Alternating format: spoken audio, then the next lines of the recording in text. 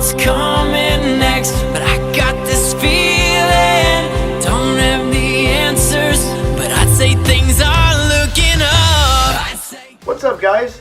I chose those lyrics very purposefully, as this podcast we're going to be talking about parenting, and I have recently been called, correctly, a novice parent.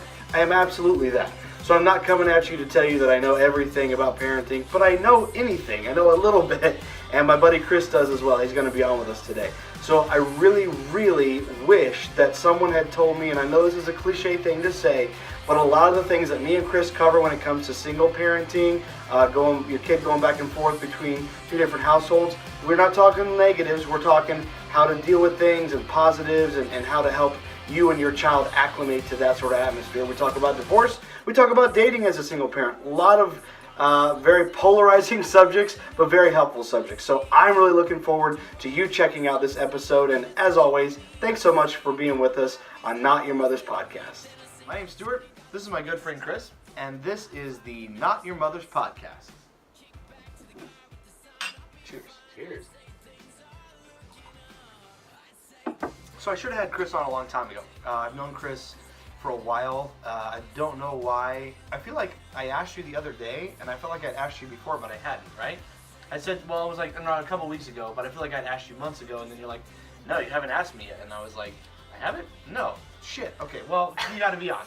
So Chris is another great friend who was able to come through on pretty short notice. I don't think I gave you that much notice to be on the podcast, so thank you very much for coming on. You're welcome. Grateful, really. I've known Chris for, I want to say 2012. I was just doing the math. Yeah, it's got to be 2012. So now that it's 2018, technically, 6 years? 6. Oh, shit. Yep. I've been in California too long, damn it. So yeah, we've known each other a while. The very first tech job that I ever had, which is my whole life now, that's all my work, was with Chris. I started off in the sales floor. Chris was on the back end doing all the brainiac shit, and he was actually instrumental in getting me into the position that I got. Selling, I wasn't selling it anymore, doing Google AdWords campaigns. Yep. At AppStack. And I actually want to have Taylor on here one day. Oh, that would be good. that would be a really good one. It would be a good one, yeah, he's got a lot to say. So I've known Chris for a while, and I don't remember a whole lot about necessarily meeting you, but I do remember, working side by side with you. It was a good experience at AppStack. Yeah. And it was good times. What was your, because I guess it wasn't so much, a lot of friends that knew me a little bit better at the time would have known more about my religious or whatever preferences. What would you say would have been your first impression of me? Or as you got to know me a little bit inside work? See, the difference is at this at this stage in my life, right? I was a little wild, yeah, just because I had just gotten divorced. Oh, no way. Yes, I didn't realize and that. so my first impression of you was like this really good, wholesome this really good, wholesome do-gooder. Like Big time. You often made me feel guilty for some of the things I said. That's great. Not intentionally. Yeah. But I didn't partake. But hey, you want to go out for a couple drinks? No, I have to get home to my wife. And I'm like, oh, I'm an asshole. So, I love it. I remember you taking your work very seriously, which is good always. Yeah. But I remember that, and I remember actually one thing that was funny to me was I remember, because you took it so seriously, one day you did something kind of off kilter, and I was like, okay, well maybe this guy's not so serious. Remember when you raced Alicia around the block? Oh. I feel like I have that footage somewhere still, because I was the one taking the video. Well, if you find it, put it in here.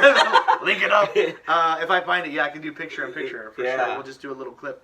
But yeah, you and Alicia raced, because you were both incredibly certain that you could beat one another in a foot race around the block. And I feel like you won. I did win.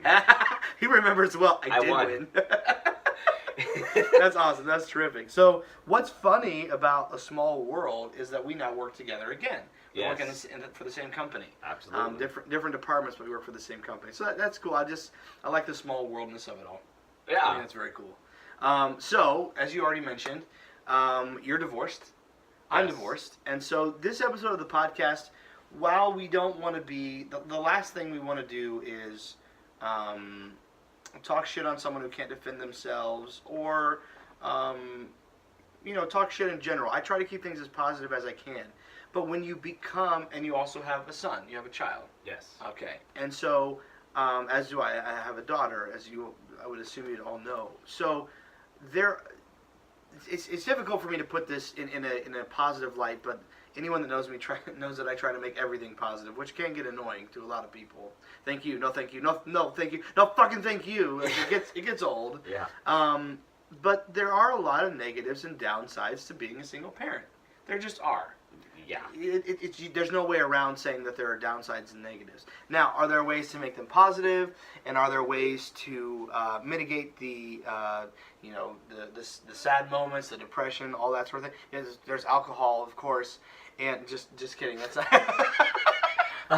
Wow. I went right for it, huh? No. But what I'm saying is, there is ways to find positivity and be positive about it. But me and Chris today are going to kind of delve into some of the issues that we faced as divorced single parents. So you're adding an element to being a single parent when you're divorced as well, because that means that and I know plenty of people who have had children that they weren't in a union, they weren't necessarily married, they were in a relationship, but you add the level of being in a marriage, and I really, this is my opinion, and you could get in the comments or wherever and disagree with me, and that's fine.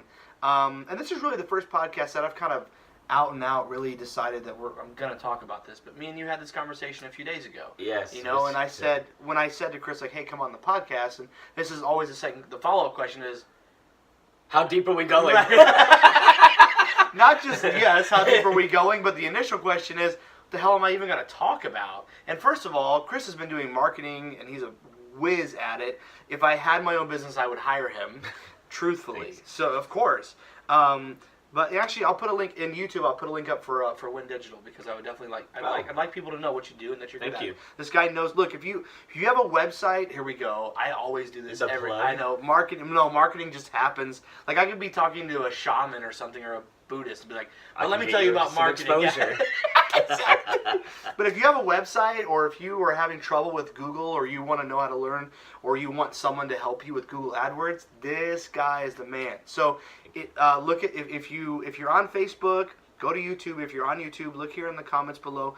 If you have your own business and you haven't really looked into marketing, talk to Chris.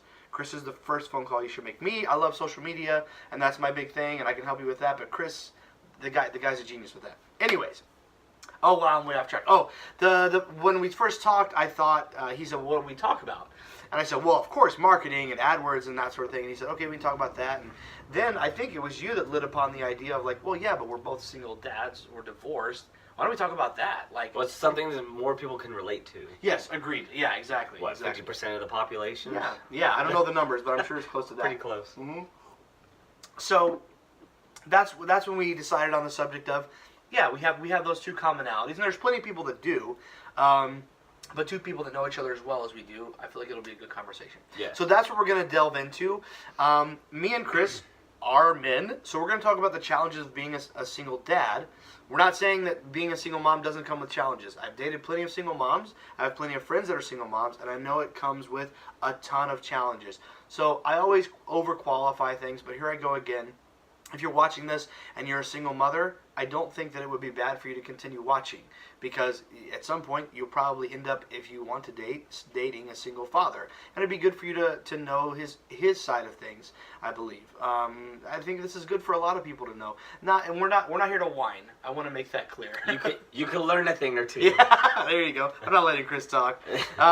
We're not here to whine, but we're here to let you know this is what it's like being a single father. This is the kind of challenges we face, and this is how we've overcome them, or this is how we've dealt with them, and so we're going to get into that. So being a single dad in and of itself is, in my opinion, a very, very big challenge. Wouldn't you agree? Yes. It comes with what, for me, one of the challenges is getting to have that time. So for me, I have every other weekend, and then the opportunity or option to have a midweek visit. And that in itself is very difficult, because Yeah, I was just talking to somebody about this a week ago. about how my son's teeth Yeah. were starting to get loose. Oh my. And so you don't realize when you don't have that amount of time, you don't realize when you do split up or you do become a single dad or a single parent even. Yeah. If you don't have that time, the tooth fairy is not much of an option for you. Yeah. You miss out on that. There's a lot of things to be missed out on. There's a lot of things that you could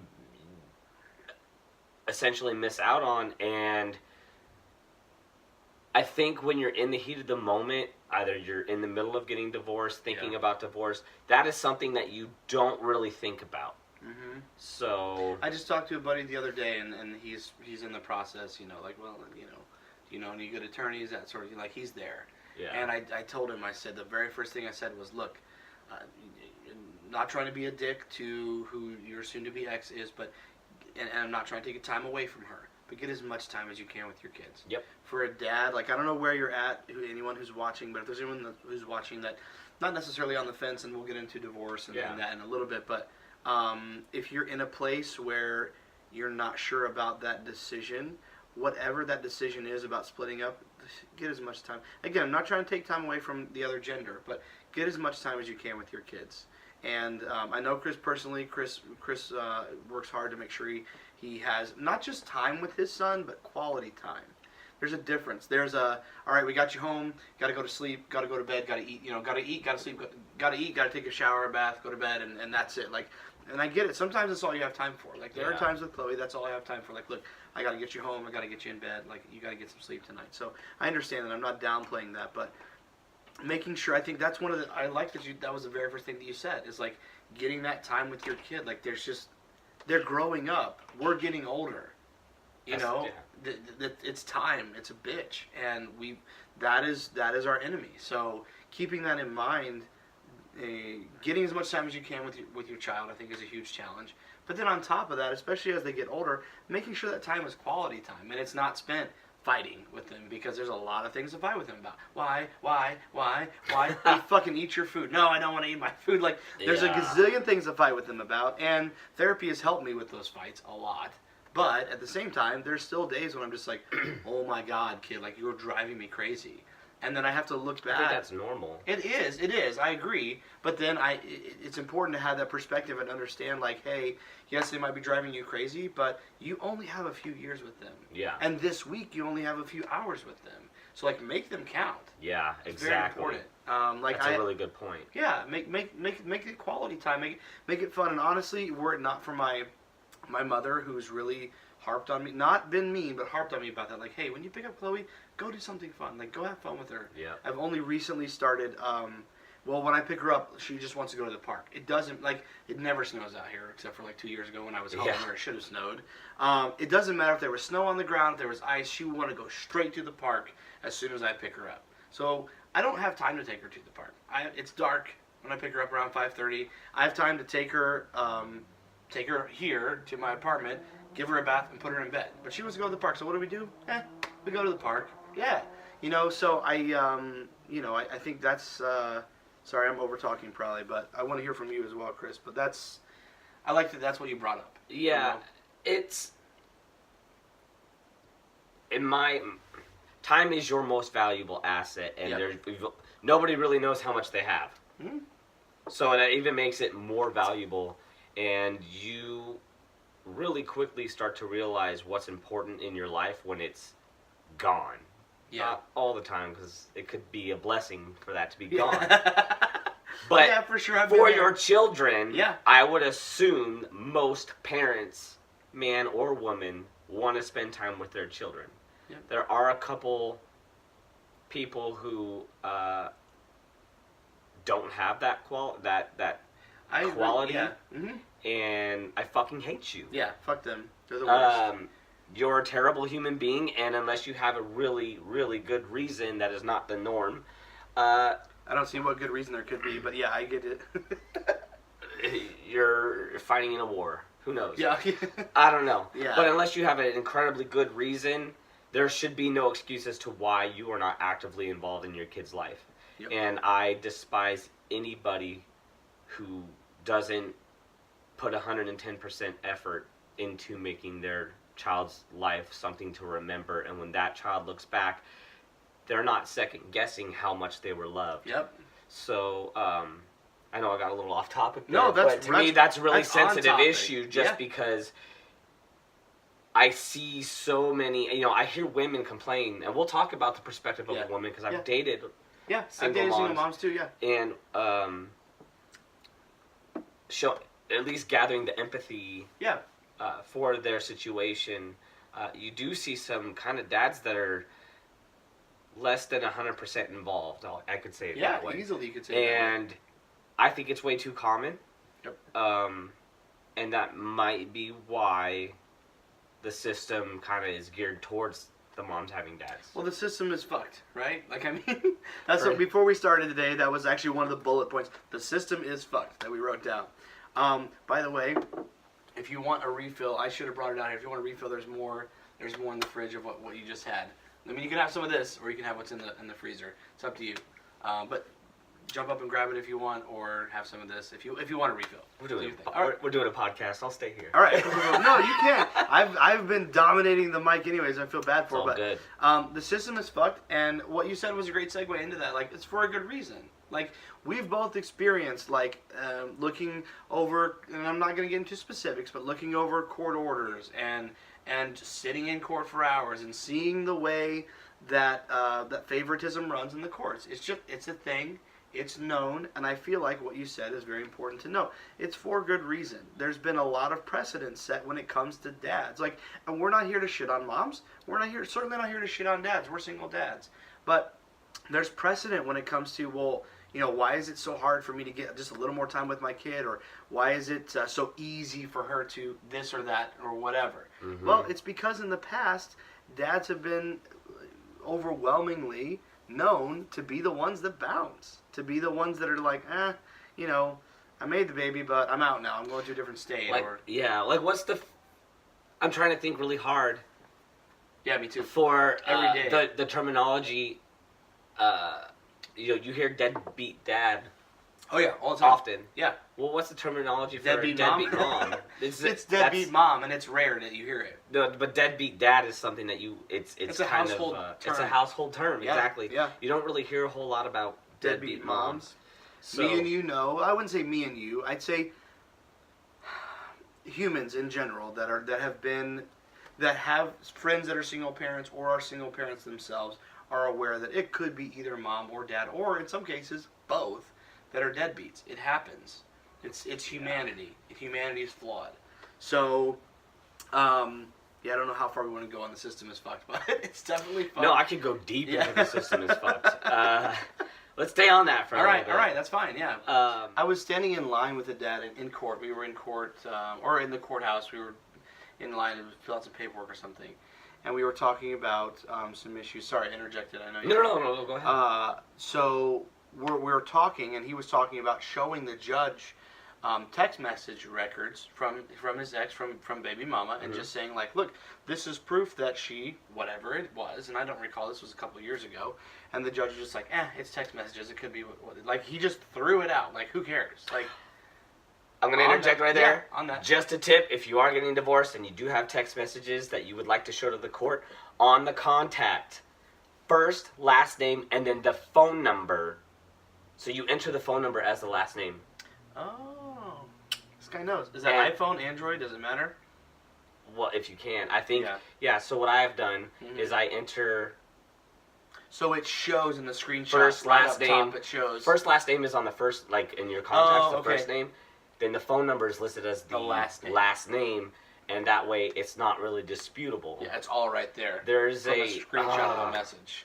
There's an app that I have also, and I don't want to get too deep, but every time I plug my phone into my laptop, it automatically takes the text messages and uploads it. It just uploads it. And so I have like 5 years worth of text messages that are backed up. So if I ever need to fuck with this guy. So if I ever need to revert back to something, I can pull it up and just do it. Actually, just do it. Even search for the text, and it'll pop up. Take a screenshot. Say. On that note, if you are if you are, and I've told a lot of people about this app. Go for it. Do it. No. I've told a lot of people about this app, and he has a different version of it that he pays for, so you can talk about that if you want. But this is an app I use that has been actually helpful in court. So please pay attention. I hope your ears are going up if you're, if you've got kids, if you're a single parent, and if you're having. Oh, okay. I hit my hand. This guy has what is it called? No, I hit my hand. We're gonna play the tape back and see exactly what happened here. We will. I haven't even. If you've got kids and they're bouncing back and forth between two homes, and you want something more or you want something better than text messages, use an app like Our Family Wizard, right? Which is what you use, or an app like TalkingParents.com. It's free. All you gotta do is get the other party to register, and often it's mandated by the court if you're having trouble getting along. I highly recommend that because it kind of helps take all the passion and craziness out of because you'll say things in a text message that you would never say face to face, ever. Not necessarily between mom and dad or ex and ex, but just in general. There's things that I send to girls in text that when I see them, I'm like, oh yeah, I should not have said that. So all I'm trying to say is finding an app like that works, and it's basically just a messaging app, and it shows the other person and you when you read each message, and I think yours as well. You can print off the entire message record, and the court, in my experience, the court has looked at that kind of. There's text messages, and then there's those apps, and those are kind of a higher level than the text messages. Yeah, mine's a little. Yours is a little more intensive. What I use is Our Family Wizard, and you can do a lot with it. You can check when was the last time they've logged in. Oh, I'm glad mine doesn't have that. I'm not gonna lie. You can check the last time that they even logged into the app. You get an opened receipt, so if they opened it, you get it timestamps when it was opened. Yep. You can create a budget. You can create the child's calendar on what their system is. Yeah, that's cool. And I want to, before I go further into this, I want to emphasize, if you can actually co-parent without that, yes, your child's other parent, if you can co-parent with them effectively, I highly recommend that you do that. Just person to person, you're saying? Person to person, like, hey, let's talk. Let's talk. Yeah. Obviously, there are those situations where communication is what was probably the factor in the end of your relationship, or there's a factor in many cases, or non-communication. Yep. Yeah, lack thereof. So I can't emphasize enough, if you can actually put your egos aside and co-parent. That's good advice.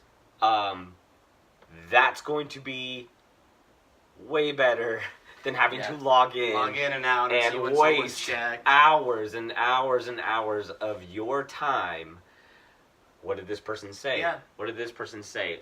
Why are they saying this to me? Are they doing this to me to get back to me? Is it a game? Is this a game? Are they using this for court down the line? Yep.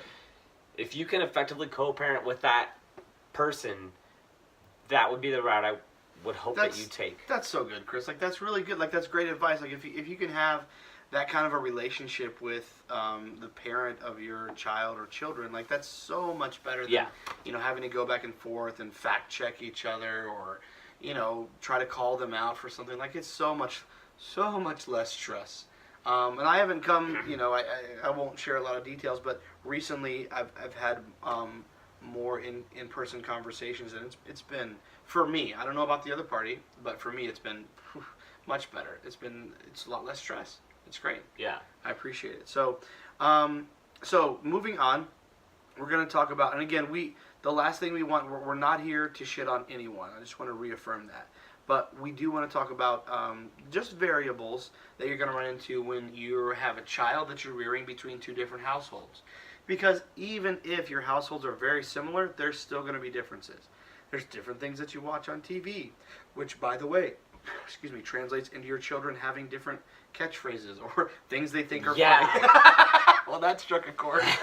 It's true, though. No, it's true. It is. Languages they pick up, like, where did you learn this? Yeah, the other day I was trying to buckle Chloe into her car seat, and she knows how to buckle the top, not the bottom. And so I buckled the bottom, and she goes to buckle the top. I'm like, can you buckle it? And she's like, apparently not. I was like, you're 4. When the fuck did you come up with apparently?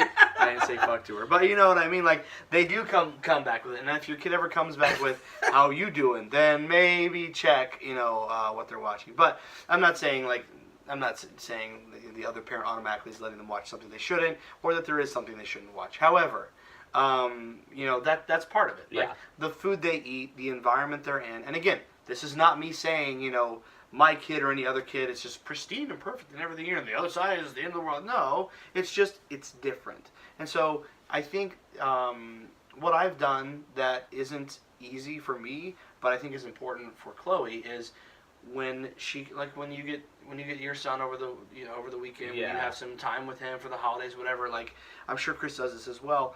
When I try to allow for transition time, so it's not when she comes back to me. It's not like, okay, this is the rules and this is what we're doing and this is what Daddy says. It's like, okay, and it's not like, hey, do whatever the fuck you want. Like, it's not. It's neither of. Yeah, that's not where I'm going with it. This is interesting. I want to see where you're going with this. this. Yeah, I'm not going to that. I'm not trying to go to one extreme or the other. I'm just trying to let it be easy and loose.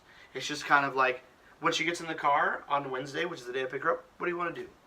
What do you want to eat? Where do you want to go?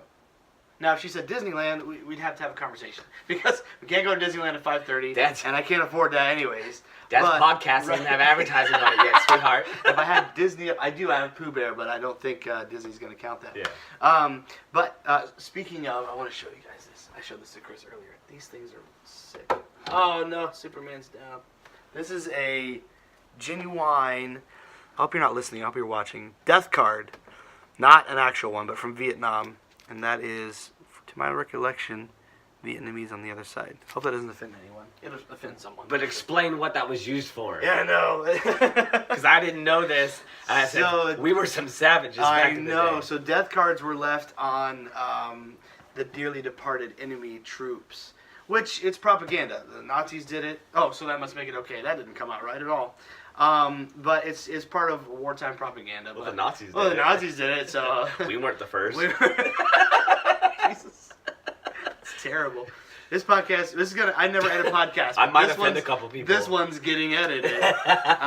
No, death cards were left on dead enemy soldiers. It was kind of a message of, go home and give up, sort of thing. Which, maybe we shouldn't have been there in the first place, but... Anyways... this is so terrible right now. All love and respect to any friends and family that I know or anyone that has served. I love you guys. Because I do know some people that were over there. So, what track were we on and why are we here now? Oh, yeah, my sponsorship. This still hasn't happened. That's from Zero Foxtrot's the name of the company, if you're looking for that. So, not that anyone is or should be.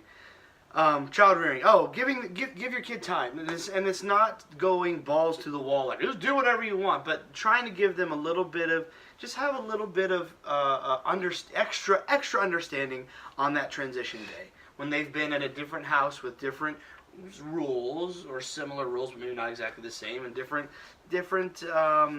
schedule, different diet, that sort of thing. I feel like you have. Where did you hear that? I didn't. That was just something that you had just decided for yourself? It wasn't even therapy. Yeah, I just decided. You weren't told that was something in therapy, because that's actually a really good idea. Yeah. I personally... It just makes sense. I think I naturally have done that, but I've actually never really given thought to the rules between one house and another. And if you don't know what the rules are in the other house, that's where...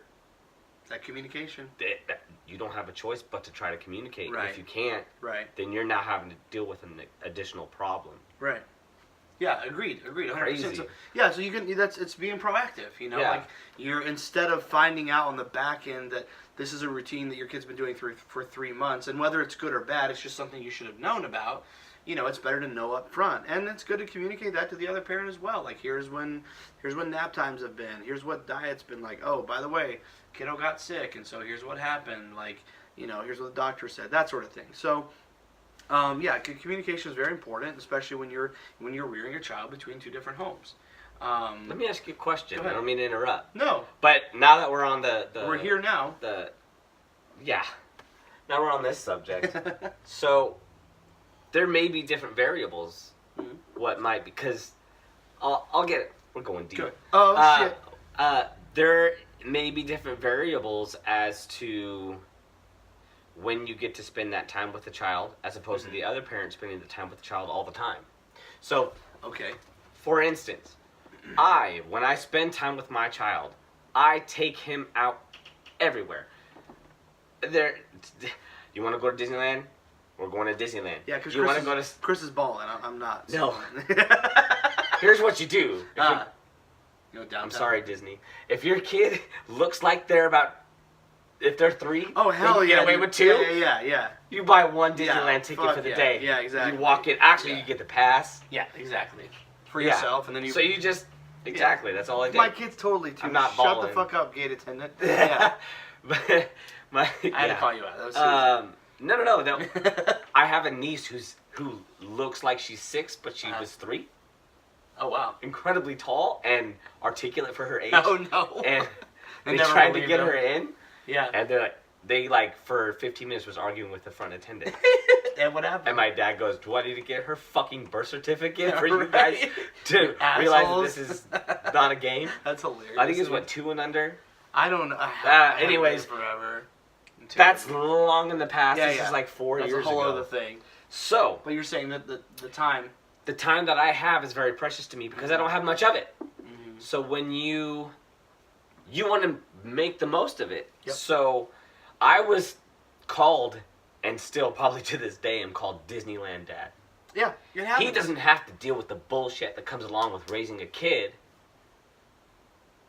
He gets to just go out and have fun with them. Yeah. And there's that I guess partial jealousy that comes along with it. Oh yeah, big time. But keep in mind, remember, I don't have that time like she does, and I would much rather switch. I know you would. Well, I think most dads who have the same schedule that I do would most rather switch. And you know what? You could be Disneyland mom. Yeah, go. And would you be mad?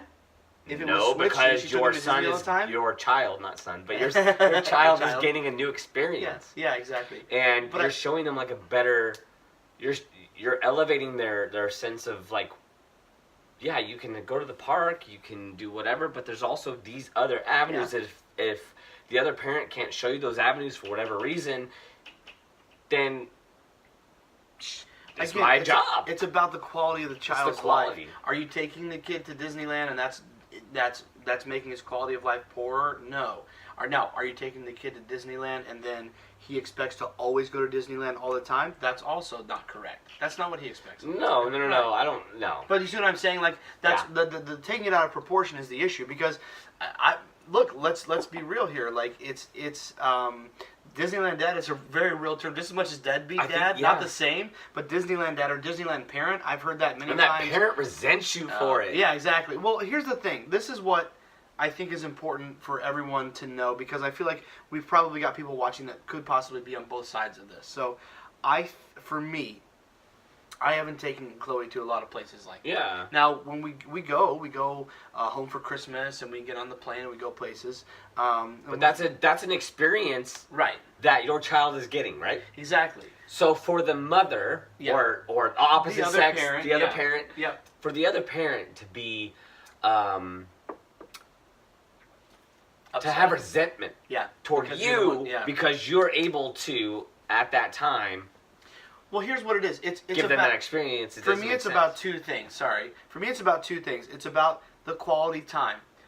Most kids would be just as happy to go to the park or to go to Disneyland. They don't know the difference. They don't know the difference half the time. And if, please, no children are watching this, but if you're a child and watching this, just kidding. Disneyland's better.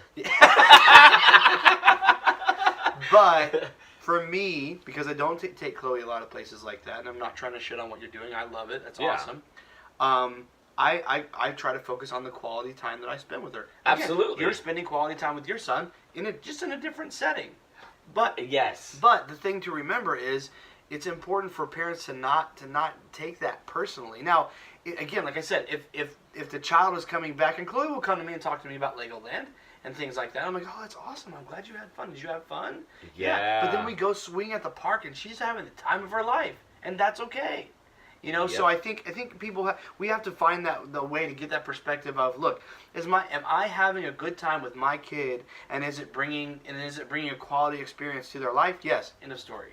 That's That's all that counts. Just for the audience, I don't do that all the time. Every fucking weekend. No, like last time. No, we go to the park and we play with stomp rockets, which is the where you take your foot and you stomp on a compressed airbag and it shoots this rocket into the sky. And my son loves the shit out of it. He wants to see how high he can get it. That sounded like. But that's the same type of quality time. Yeah, as long as it's quality time. Right. Are you taking your kid to Disneyland and texting the whole time in line, or are you taking? Nah. But no, you see what I'm saying? You talk to them about their day, what's going on in school. But are you taking them to Disneyland and interacting with them? Yeah. Or are you taking them to Disneyland and just letting them go? It's whatever. No, I brought you to Disneyland. You're here. You're fine. Go play. That is the same, in my opinion, as taking them to the park and sending them off and sitting on the bench and texting. Yeah. Are you running around playing tag? Are you helping with them in the monkey bars? And again, I'm not here to judge. Everyone has different parenting styles. I'm just saying, if you want to get upset about the other parent doing something that costs more money than what you can afford to do with your child, and throw in the variable of, is your child expecting that from you as well? Because it can happen that mom and or dad, mom or dad could do something like that with a child, and then pull them in with that and say, yeah, but mommy takes you to Disneyland, but daddy doesn't, does he? Or daddy takes you to Disneyland, doesn't he? But does mommy take you to Disneyland? Nope.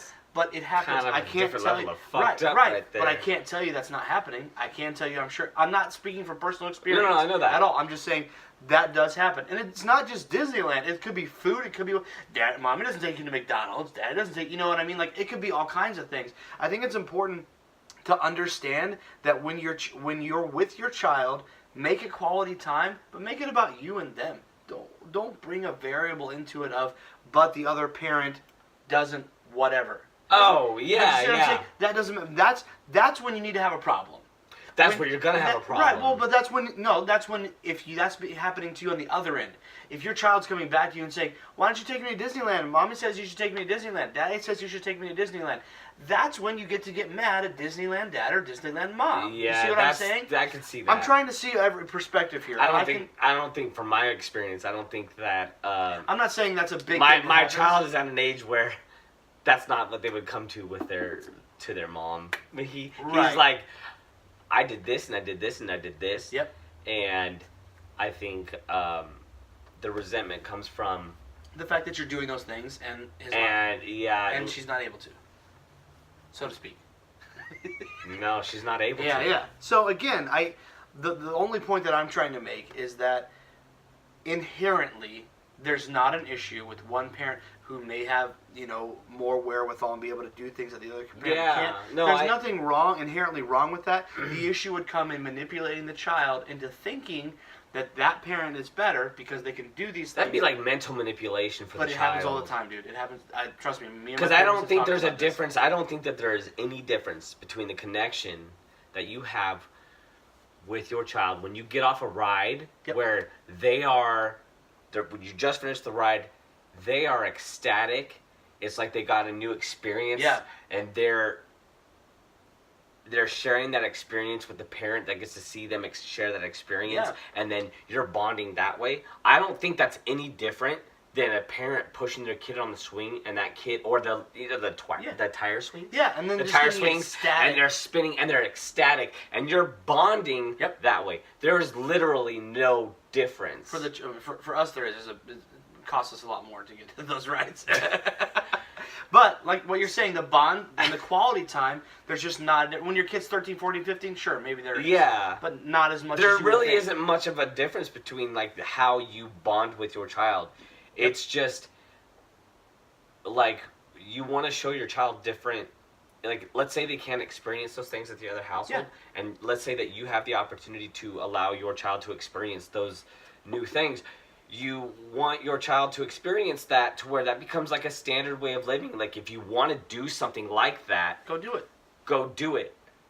When they get older, because my son is 6 and he'll be 7 in February, so in a month. Yeah.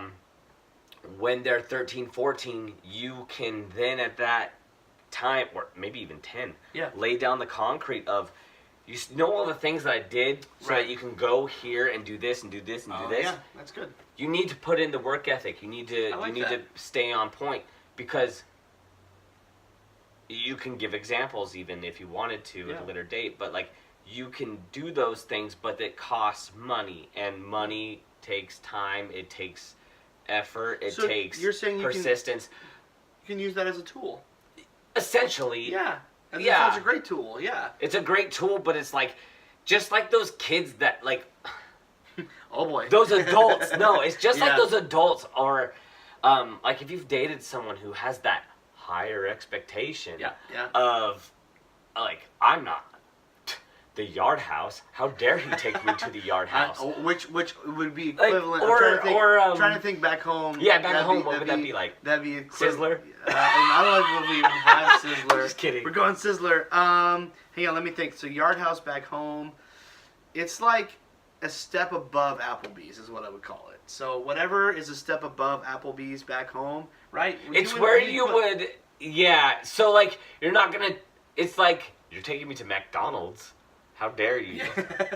Yeah, that's the mentality. That's how they look at you. Hey, if you behave, you're gonna get that apple pie. So relax. Just chill. Or if you're lucky, you'll get dessert. The holidays, you get the holiday pie. There's some people that literally that would be their best first date ever, and then there's other people that have the standard of, hey, like, I'm worth more, and people. You need to take me someplace that's got $60 plates. You want to show. Yeah, but I mean, it can't really come expected, right? Right. No, I get it. I'm just saying. But I'm just saying, you're showing that child, hey, you wanna live below you wanna live below your potential. It's an option. Yeah. Or you can. Do I want to show you that how hard you work is a reflection of where you are. Yeah. Period. That's good. I like it. Later in life, like when they're older, but. You know, but the younger you can start distilling good values and helping them understand the correlation between the hard work and status. So, and not status as in the car you drive, the place you live, how many followers you have. Status as in yourself as a human being. You're a good human being who works damn hard. Like, that's it. And because of that, you're happy. And because of that, there you go. Happiness and being a good human being. All right. Yeah. So there's a lot of to wrap that point up, which was that was good. There are a lot of differences. You know, even if you're rearing two people rearing one or two or three or several children in the same home, you're still going to have differences. People know this. You know, even when you were together, there were things when would come up and it would be difficult to agree on. So you have to understand that once you don't agree on things together sometimes. Now once you're split, sometimes you really don't agree on anything. You really don't agree on things. So finding a catharsis, finding a way to come to an agreement for the betterment of the child is so important. I would say if there's anything that I could tell you about the variables, the differences between rearing a child in two different places, just what's better for the kid. And that's what's important. And again, my personal practical thing, and that Chris has said he practices as well, is during that time when they've been at the other household and now they're coming to yours, go easy. You know, and I'm not saying like let them walk all over you, but give them that transition time of, oh, well, you've been eating pizza every day. Okay, that's cool. Would you like to try something different tonight? Oh my God! You just opened up a can of worms. But what I'm saying is, if they've been eating pizza every day, don't necessarily. Oh, you can't have any fucking pizza. Well, okay, you've been eating pizza every day. Why don't we try something different? And something that pineapple pizza. Fuck no. Something that I was gonna move on, and now I'm not. Something that I found that really has helped me with Chloe, and again, I'm brand new to this stuff, guys. Like, I'm not here to say I'm a pro, but something that I found and that my therapist has recommended is giving your child a choice. So this is for instance, and this is something that would have been told me in therapy for sure. Your child comes home and they've been at the other parent's house for a week, and remember this: some people are pretty manipulative, and kids pick up on that really quick. And if they're around manipulative people, they are going to take on those manipulative characters. As a learned behavior. Yes, very good word, very good phrase. So, if you think that manipulation might be going on the other side, not intentional, it just happens. It's learned behavior, like you said. Then watch your child for those. If your kid says something outlandish, like, I don't know, we've been jumping off skyscrapers every day for a week. Well, probably they haven't. And then it may not even be that crazy. Sometimes Chloe says things and I'm just like, yeah, no, there's no way. But let's say they come to you and they say, I've been eating pizza. What do you want to eat for dinner? Well, I want pizza. Okay, we can have pizza. I want pizza because I've had pizza every day. Well, number one, that may not be true at all. That may be the fact that they haven't had pizza this whole time and they really want some. So feel them out. I've had pizza every day. Oh, you have? Well, that must have been a lot of fun, wasn't it? Yeah, it was a lot of fun. Practice that empathy and then draw them in and say, so you have pizza every day? Yeah. And you want pizza tonight? Yeah. Okay. Well, let me ask you this. If you have pizza tonight, we're probably not going to have any pizza the rest of the week. So how about we have whatever you have at home? Yeah. So you don't do the pizza. How about we have chicken nuggets? How about I have turkey sausage, I have eggs, I have the basics, I have cheese. Chloe loves cheese. How about we have some sausage and eggs, and then on Friday, in 2 days, we can have pizza. Now fuck that shit. I want pizza. No, that's exactly exactly what can happen. So no, I want pizza. Okay. Now the decision. I love that now you said that. Now it's become a battle. Now it's a decision. It's a battle. It is a battle, but you turn it into a decision, and you say, okay, so it's up to you. So we can have eggs but you're gonna pizza sausage. one time. Yep. Eggs. You can have eggs and sausage tonight, and you can have pizza on Friday, or we can have pizza tonight. That's fine, but we're not gonna have any more pizza the rest of the week. I like your parenting style. Thanks. No, it's I do because you're at least that is. Yeah, and it's children need to. Here's the thing. Oh God, this is so important. I'm so glad that we're in this territory. So many children, and I'm not saying across the board, but it's hard to give kids choices because they're nuts. Hey, would you like a pet? Yes, I'd like a unicorn, please. I can't give you a fucking unicorn. That's not a real thing. You know what I mean? Like, it's hard to give a child choices because the things that they want generally don't make sense. Sometimes aren't English, and many times you can't afford to give it to them. So, giving a child two choices on things you can afford or can make happen for them, instead of trying to find a way to balance your checkbook to give in to their needs that were created by someone else, or instead of just giving them what they want, instead of trying to take the easy path, but just giving them no choice. Like, no, you can't have that. I don't know where you got that stupid idea, but we don't have that kind of money. Shut it down. Yeah.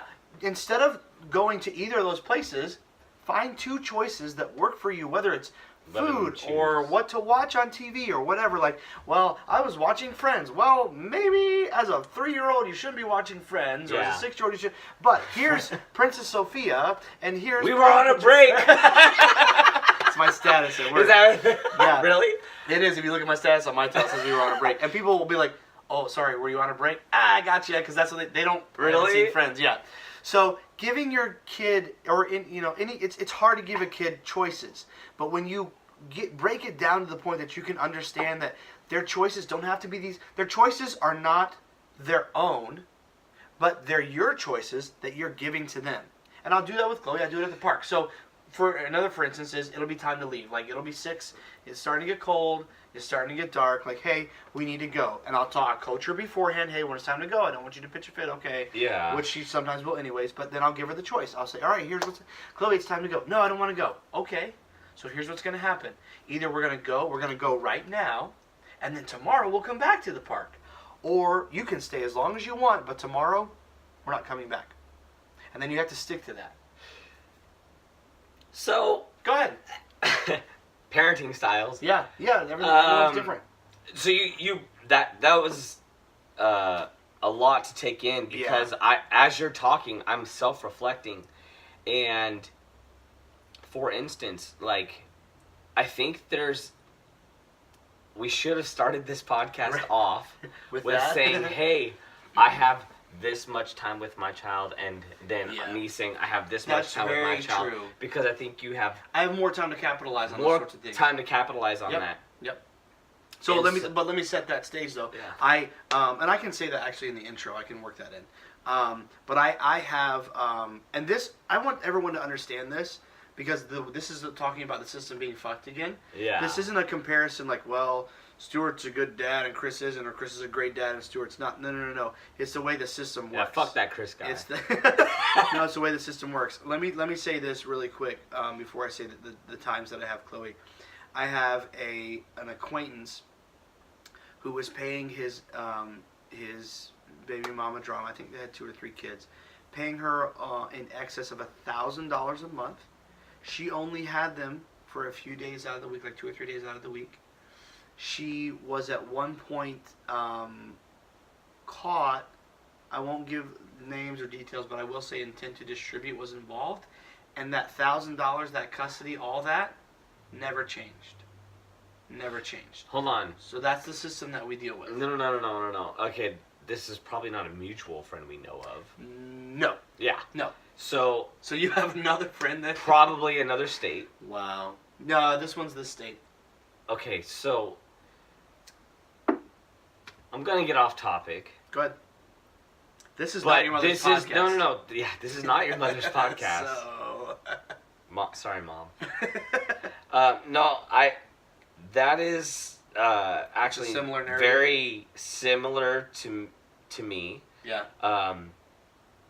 Earlier in the podcast, I was talking about how you have pictures and Yeah. you have timestamps. Yep.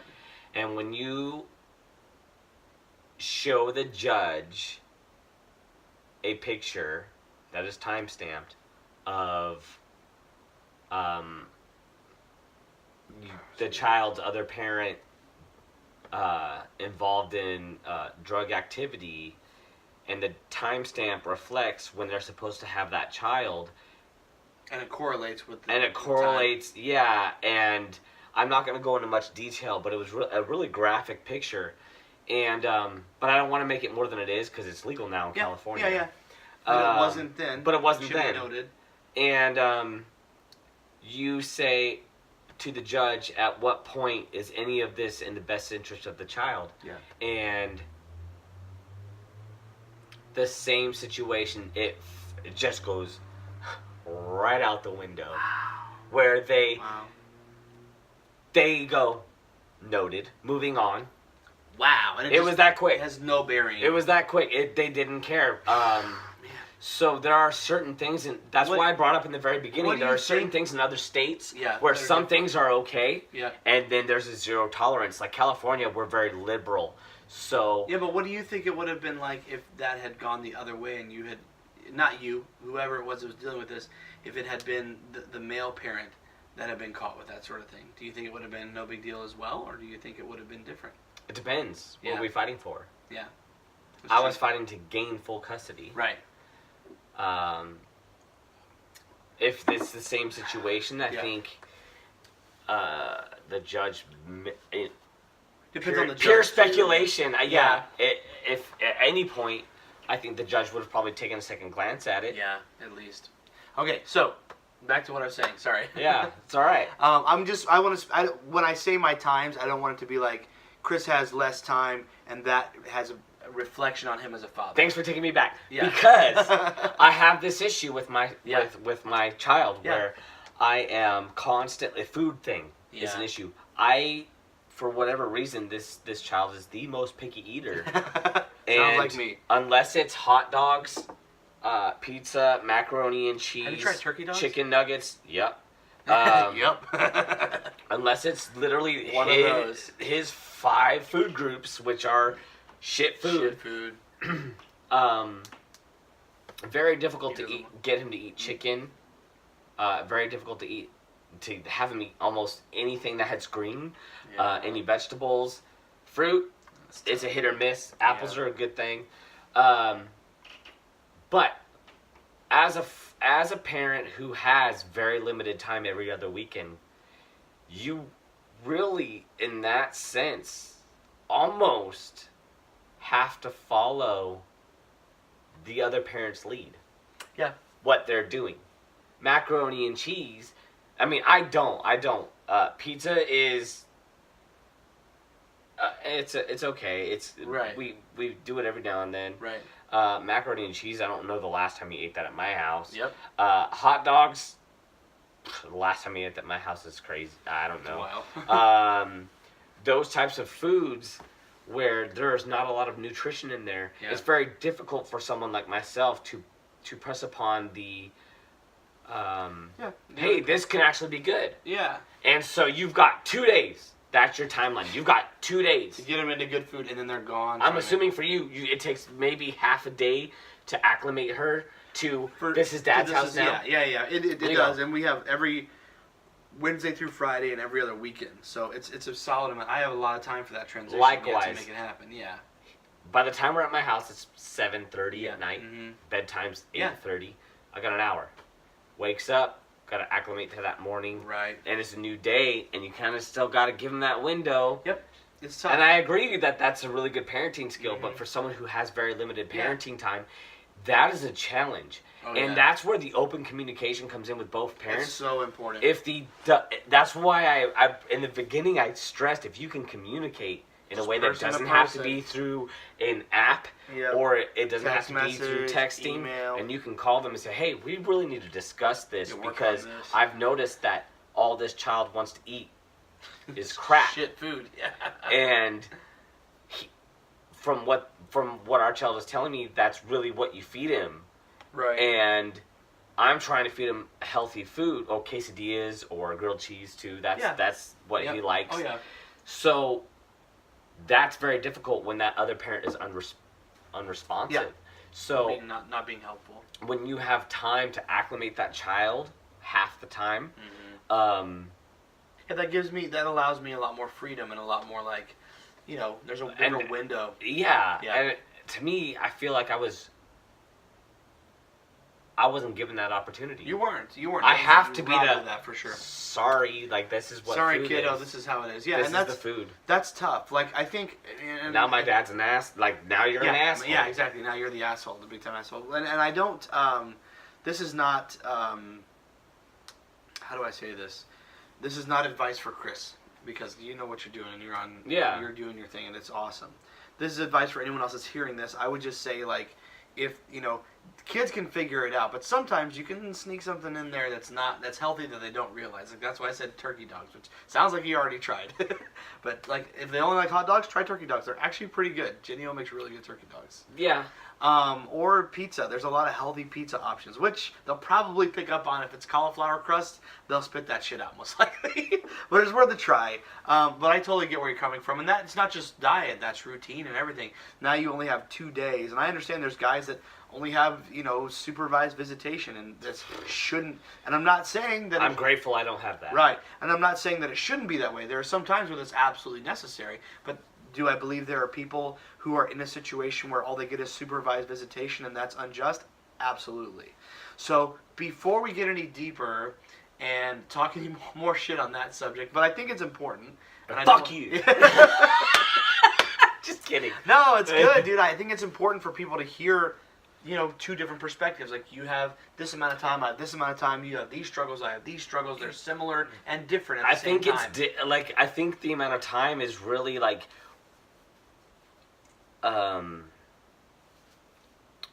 it's a very important So 50% factor. of the time compared to, I think it's 80-20. Yeah. So that makes a huge difference. Imagine the 30% that's missed out between the two, right? Yeah, absolutely. So you take 30% of that time that I can actually spend additional quality time or this or that, or just relax with him, dude.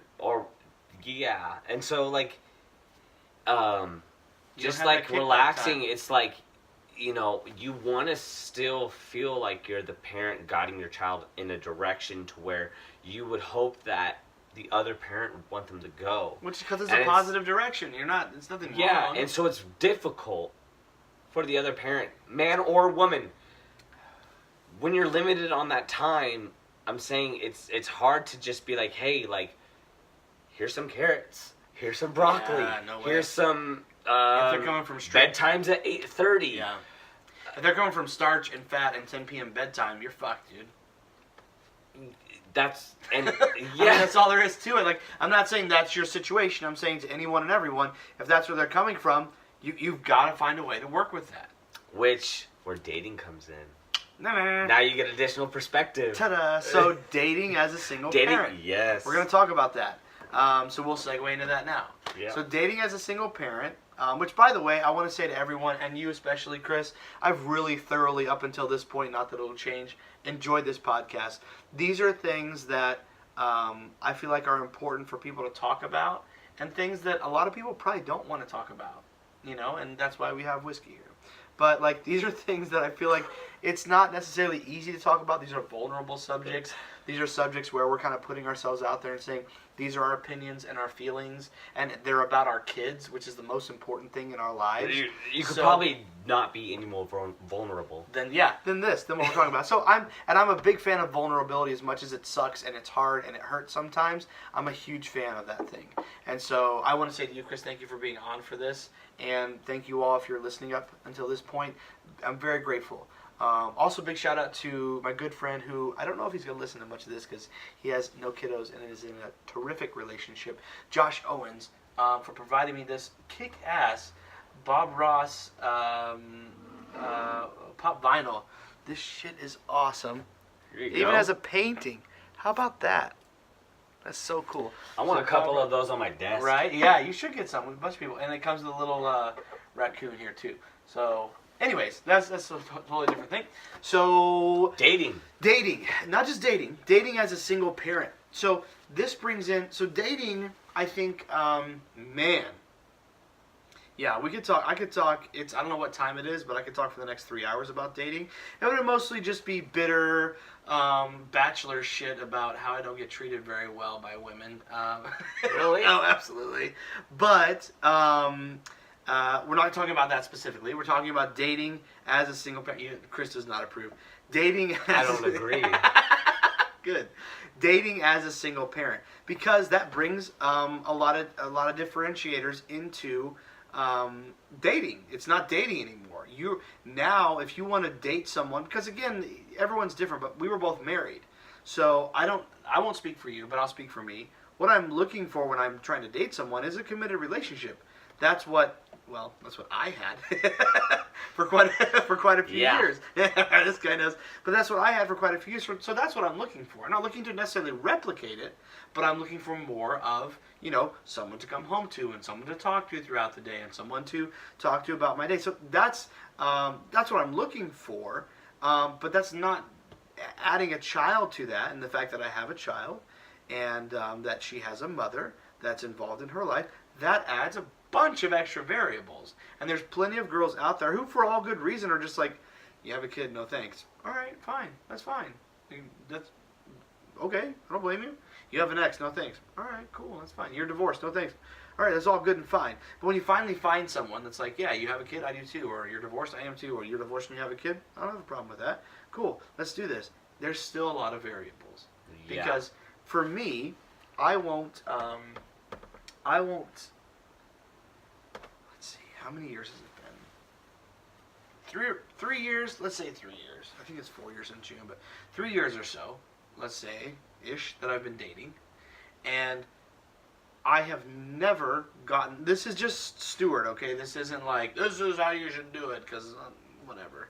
I have never gotten a sitter for the first date. Never once. And I've actually only gotten a sitter for a date twice in 3 years. But is the child with the other parent? Generally, the child is with the other parent. Yeah, that's a very good caveat to make. The point to make. I want to make sure, you're not just leaving the child alone at home, are you? She just comes with me on the date, and if the girl sucks, I'm like, kid, this is the kind of shit. Yeah, no. That's a good point. So if I'm going on a date, it's generally when I don't have Chloe. That's what it is. Yeah. But 2 times, this is funny to note, though. The 2 times that I've gotten a sitter for a date, the sitter has been my mother. Literally. And once was when I went to go see John McLaughlin, who is my favorite singer ever, and so it kind of had to happen. I can vouch for that. Yeah, right. Yeah, he knows. So, anyways, I don't know. That's me coming off of my personal opinions, but that's for me. That's what dating as a single parent is. It's about the fact that I'm not looking. I'm sure there are plenty of people who, for whatever reason that they feel is a good one, are looking for a parent for their child, and that's fine. I get that. But if that's what you're looking for, that's going to be tough for you. It's going to be tough. And again, sometimes there is good reason. Like the other parent is out of the picture. The other parent has passed away. Like, I was going to say exactly shitting on them like, oh, you idiots. No. I'm replacing you. No, there's definitely good reason. But if that's what I'm just trying to say, if that's what you're looking for, like, I'm not saying it can't happen, but you've got to be very picky. And even then, even if that's not what you're looking for, you should be picky. You shouldn't settle. And dating as a single parent, like I said, bringing in the fact that you have a child, I wouldn't. It makes it more difficult. Let's just say it. For me, it makes it more difficult. I need to work around my child's schedule, so I have time to my child. And if I'm getting a sitter for a date, I need to get a sitter for a date. So dating as a single parent, when you add in the factor of having a child, it changes things up a bit. Would you agree? Not to the extent. This guy. No, I brought you on my podcast to agree with me on everything. Not. You're not even let me finish. Not to the extent. I would agree to that. Yeah. Not to the extent as for me. Yeah. There's a big difference between my dating life and your dating life because of the amount of time that you have your child. Yeah, exactly. And it comes back to that. It comes back to that. Mm-hmm, for sure. So for me, well,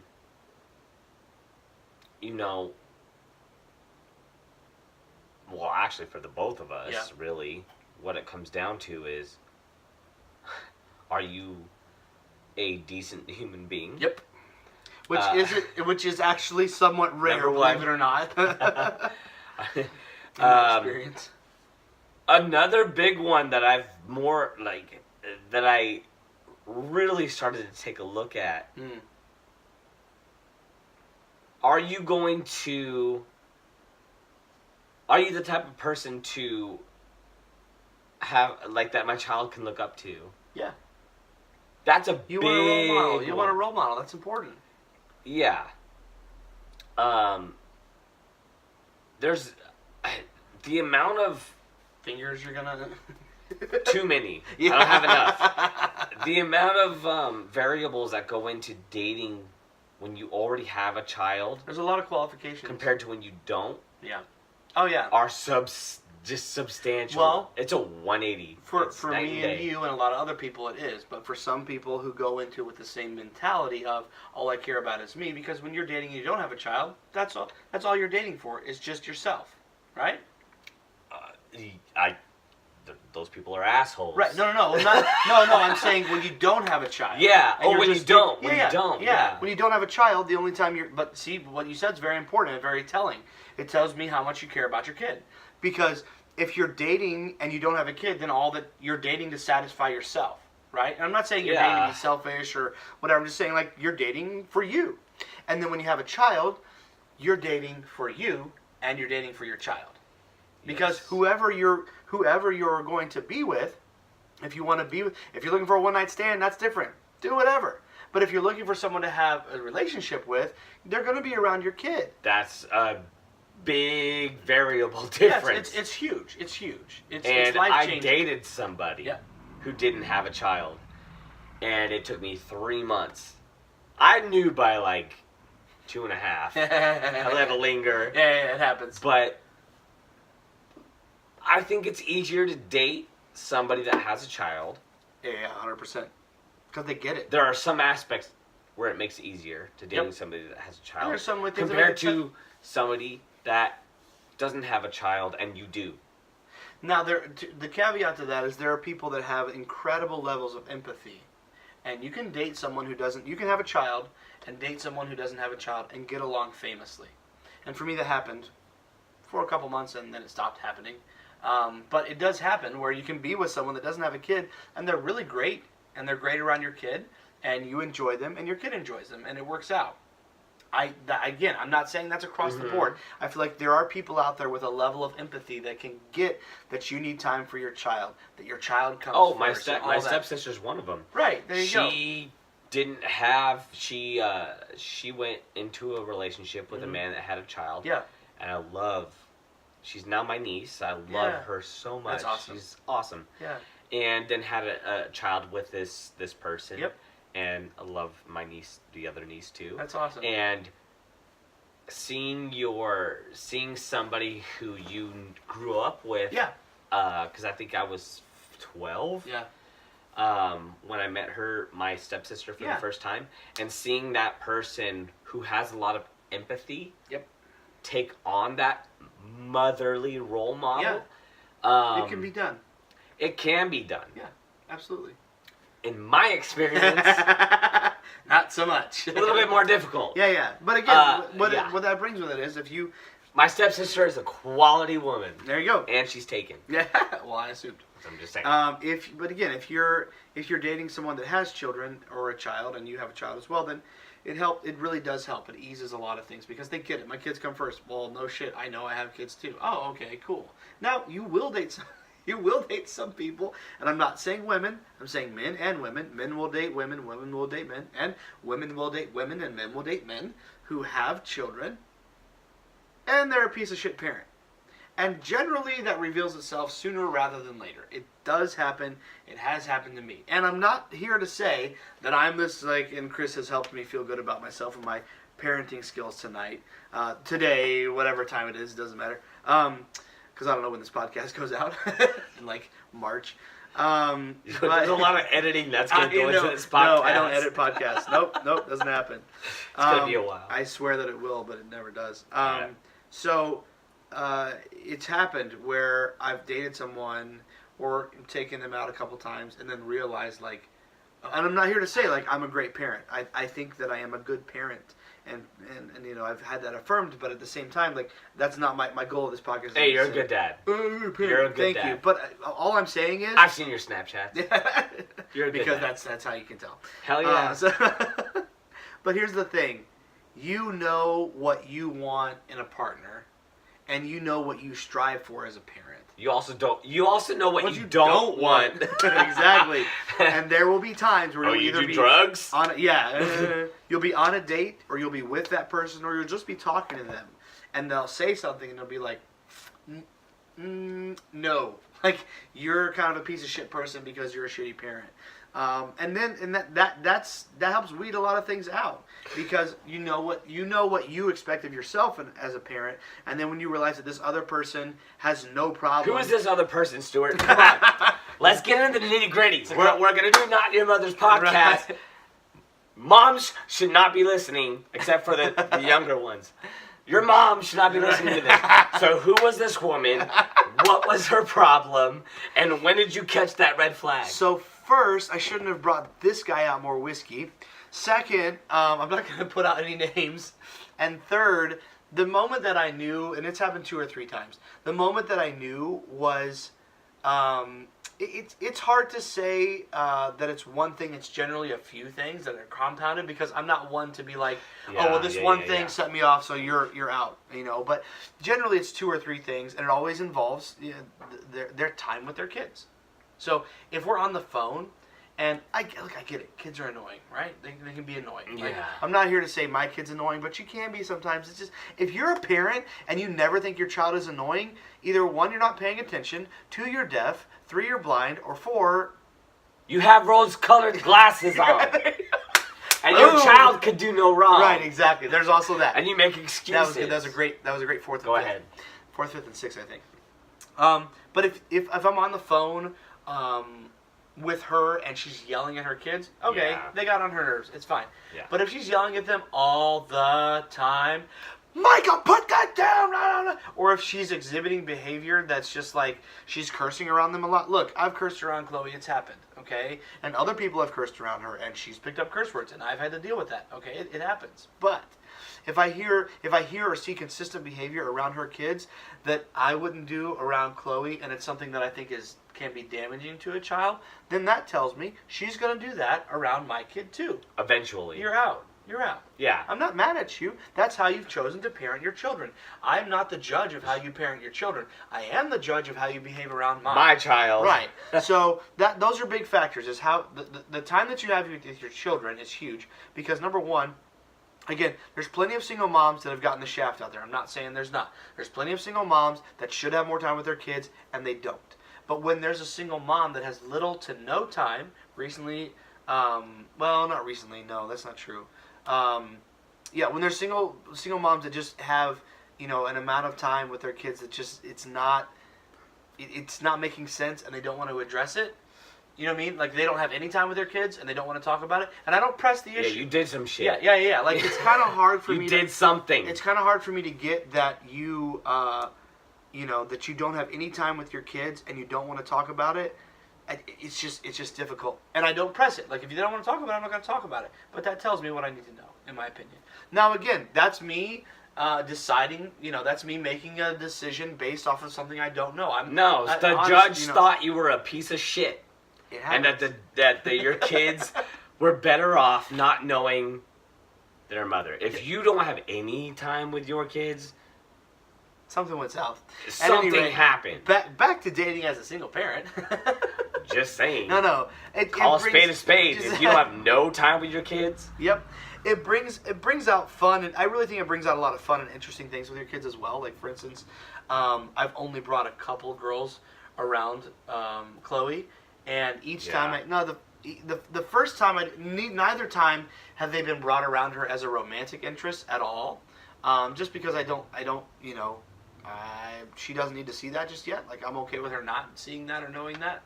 But I've never brought them around her in that respect. But I do remember one time I held a girl's hand in front of her, and she looked like she was going to kill that girl. And that girl was immediately like, "Get your hand off of mine!" Like, your kids. And Chloe was like 2. Yep. She's like, your daughter looks like she's gonna kill me. Don't touch me again in front of your child ever. So for me, that told me everything I needed to know. That told me that if I'm around someone that I consider a romantic interest and I want to introduce Chloe to her at all, it needs to be slowly, and it needs to be never at all very much, like, never needs to be at the very beginning, like, this is Daddy's girlfriend. No! This is Daddy's friend. And that's not me trying to be a player or trying to say that I have, I'm a big fan of short relationships. I am not, though I've had enough.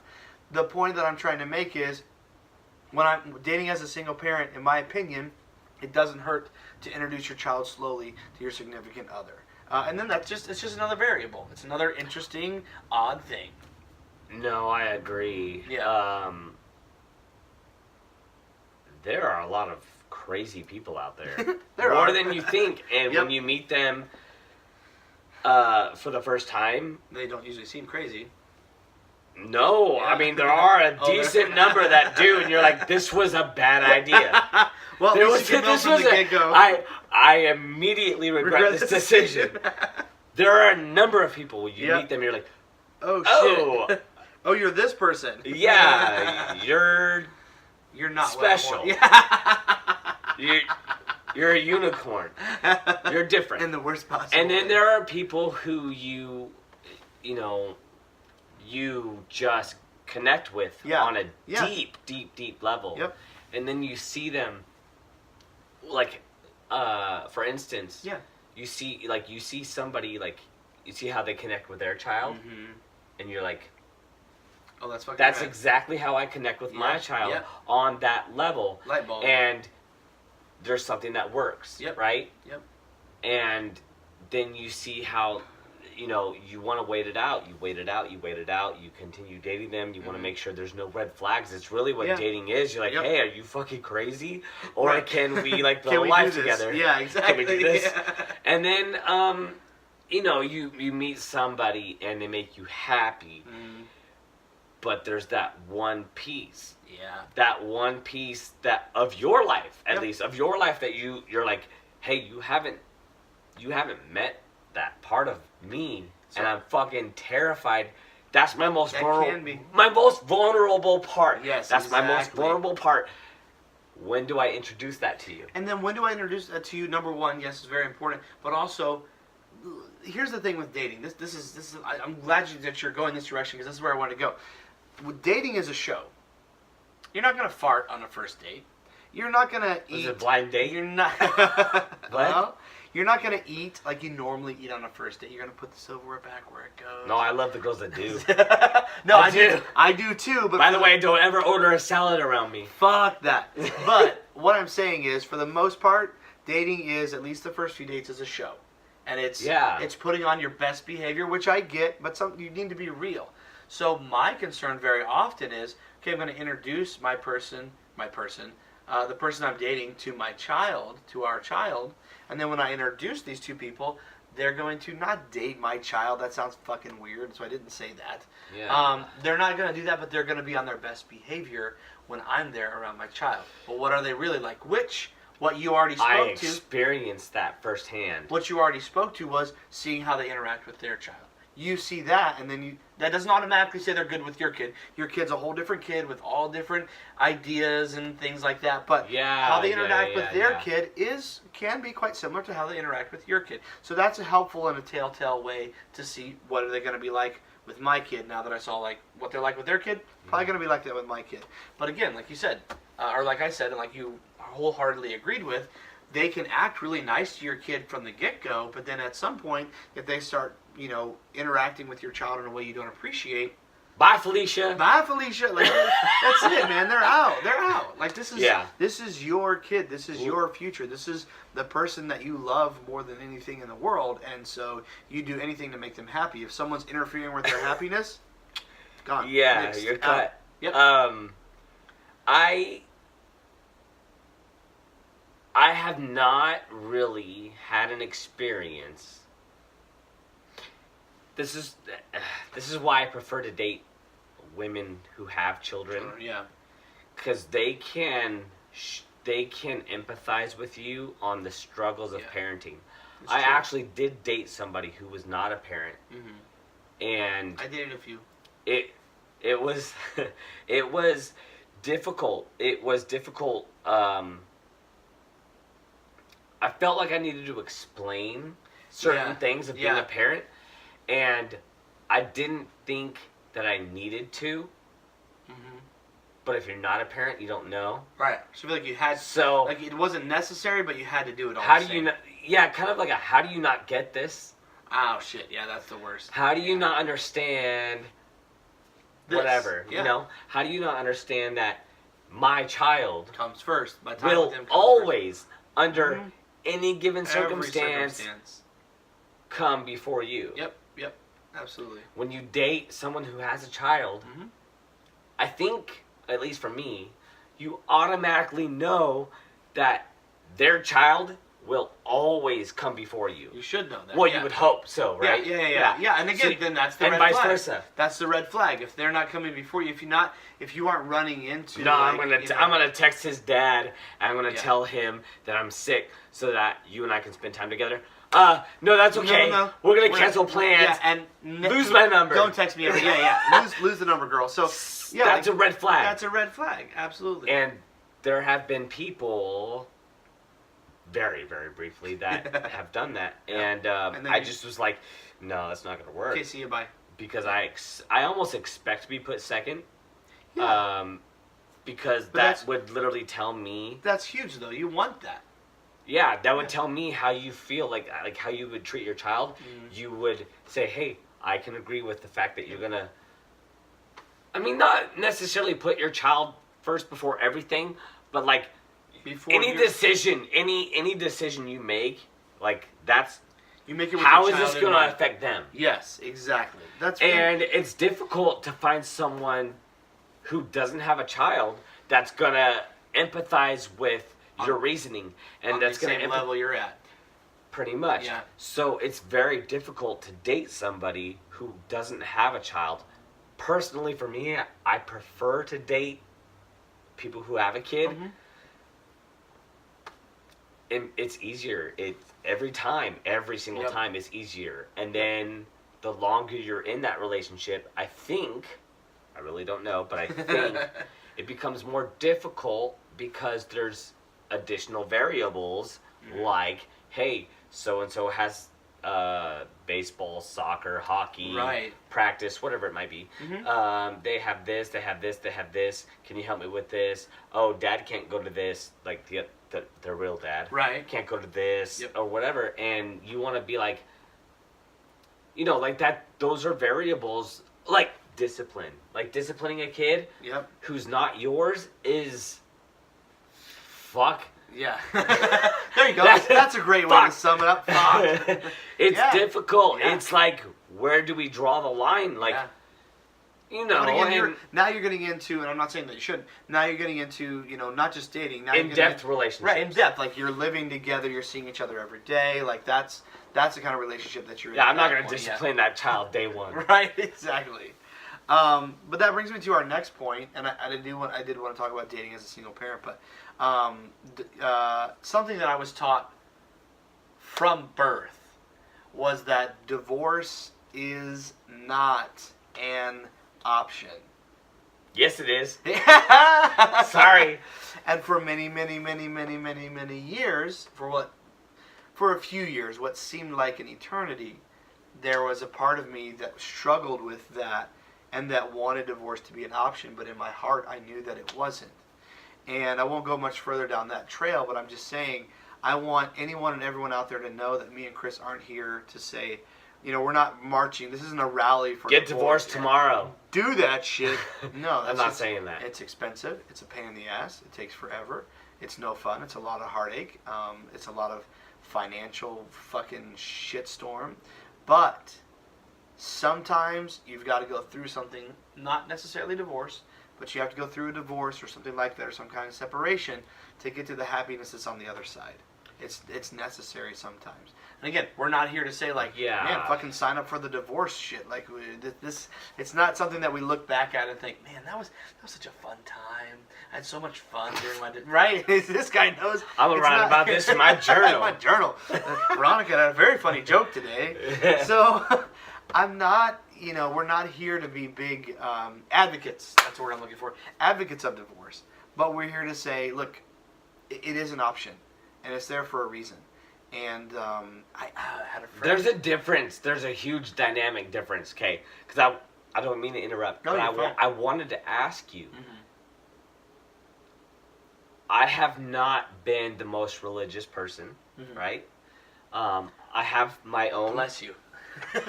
Good. Yeah, that's just Stuart I know. Yeah. So,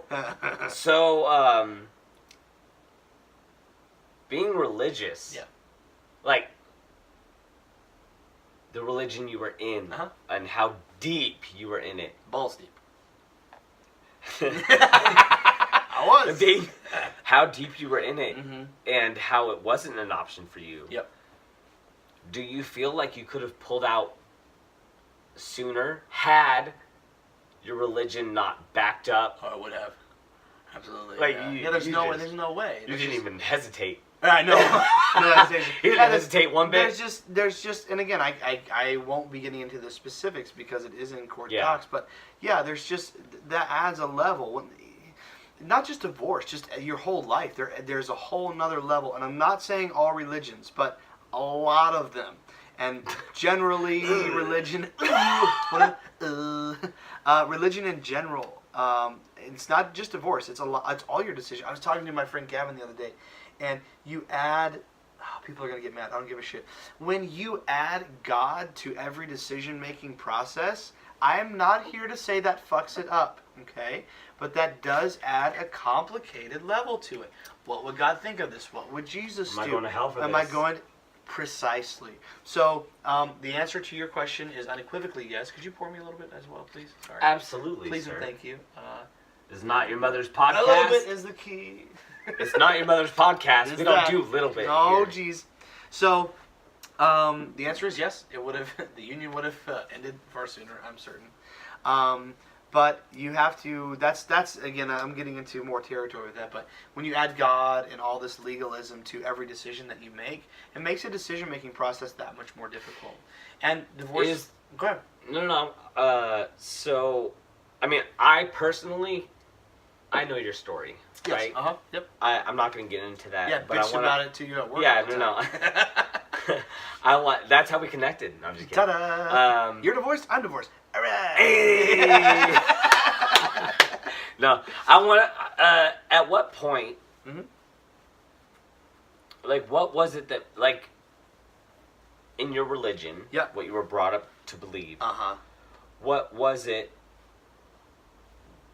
I don't want to say what was the point because I already know that point. Yeah. How did you decide for yourself, like, hey, this,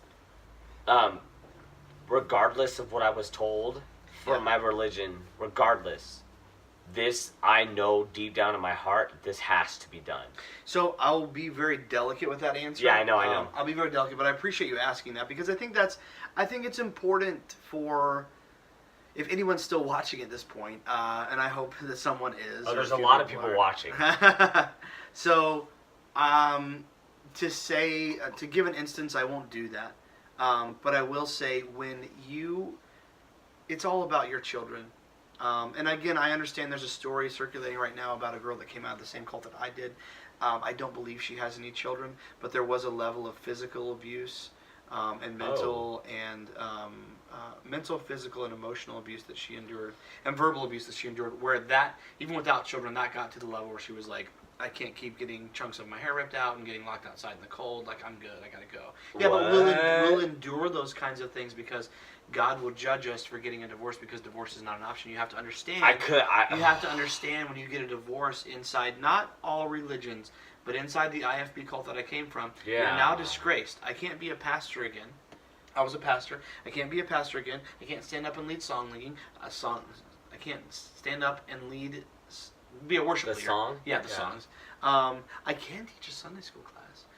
But there's very, very, very little that I can give a shitload of money to the church and work hard to help them build a new building. But if I want a position in the church, you're divorced. You can't get married in the church. You can't have a church wedding. You can go to the pastor's office quietly and on the DL have a wedding with him. But you can't have a big church wedding because you're divorced. So you're disgraced. And you generally, if there's some murkiness around your marriage, it happens often that you're shunned from the church. The specific church location that you were a part of, you're shunned from that specific one. Yeah. Yes, you can go to a different one. There's still going to be rumors if you're in the same county or region. But if you move out of state, you should be all right. So there's that. Yeah, that's a lot. I can reflect on that for at least a good 10 minutes. Well, you reflect and I'll continue to answer your good. question. That's so to put it delicately, my and again, no specific details, but it would have to be at the point. Again, I have to help people understand that there are people that need a divorce that don't have children. I don't have a lot. Like me and you personally, shoot me a message. Let's talk. Okay. But if you have children, that really helps. It makes it harder, but it also helps. It makes a divorce harder, but it helps because when you can see that you and the other person's, this is the best way I know to put it. When you can see that you and the other person's best interests of the child don't align, then you have something, because now you have another person that you brought into this world. And it is your job, it is your fucking job to make sure they turn out right. It's your job to make sure by any means possible. Yeah. It's your job to make sure they're happy. It's your job to make sure they're healthy and cared for. And this is not saying that in my instance that was or was not happening with either party. I'm just saying when you can see that the two of you aren't aligning on the child's well-being, then you have to say, okay, we're good. Now, there's other things that you'll endure up until that point, especially if you feel like divorce is not an option, or you've been taught that, or you're old school, or it's your religion. You'll endure verbal abuse. You'll endure physical abuse. You'll endure all kinds of alienation from friends and family. You'll endure a myriad of things to make this work. You just want to make it work. I'm the head of the household. I'm the husband. I'm the rock. I'm the foundation. It's my job. The responsibility falls on me and me entirely to make sure this ship fucking sails. And if it doesn't, it's all my fault. So in that specific religion,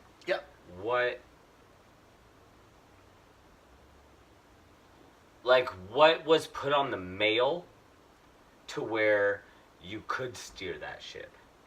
Did she have to abide?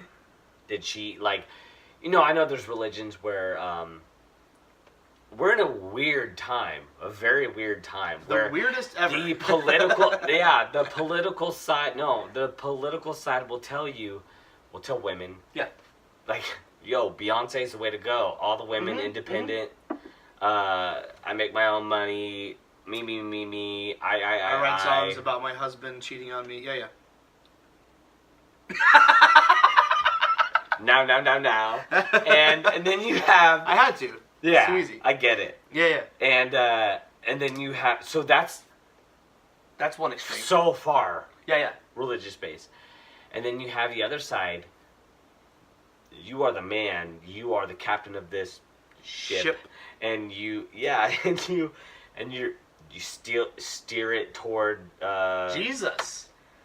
There you go. Yeah, Jesus. I was gonna say Eden, but that's cool. Towards what? Eden. Oh God, Eden would be great. Naked. Anyways, so well, not for me. you have two really different dynamics. You have the I'm assuming. Are you saying like the fully empowered woman versus the fully submissive woman?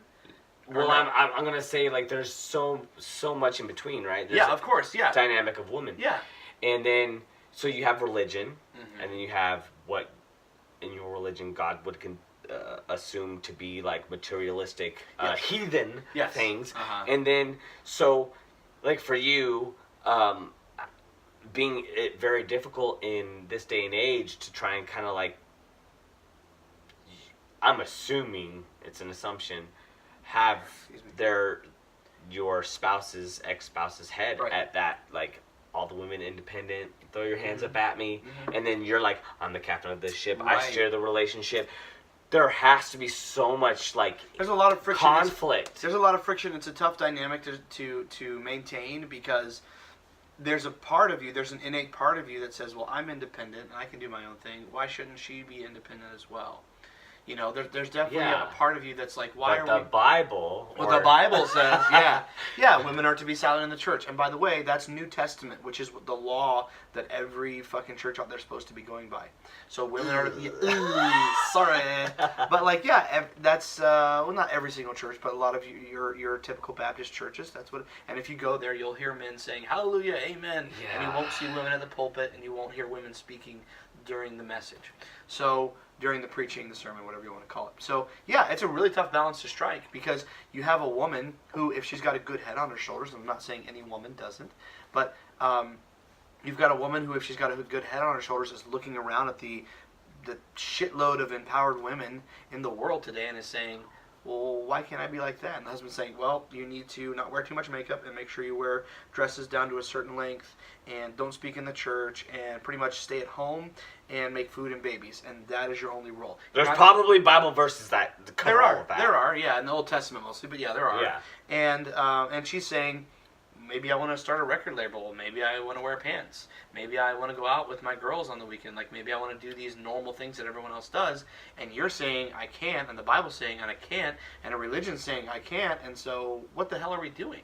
So it becomes, it's a very, very difficult thing it's a very, very difficult to maintain that in this world. And really, especially if they started off the other way. Right, and that happens often where they start off in a more... I'm going to be the submissive wife, and I'm going to do what I am told. No, what's even more difficult is if they start off and they're converted from what we would call secular or worldly views, and they start off like in the public school and being very empowered, and then come into this brand of Christianity and are converted, and then they get married, and then there's less structure because they're not at Christian school or college, or maybe not as active in church, and now they're just like, okay, but I can think for myself kind of now. Like I have a kid. That's the basis of my what is that what you're saying? Oh, sorry. Yeah. Okay. Yeah. It's like, yeah, but I saw the podcast with you interviewing your mother. Yeah.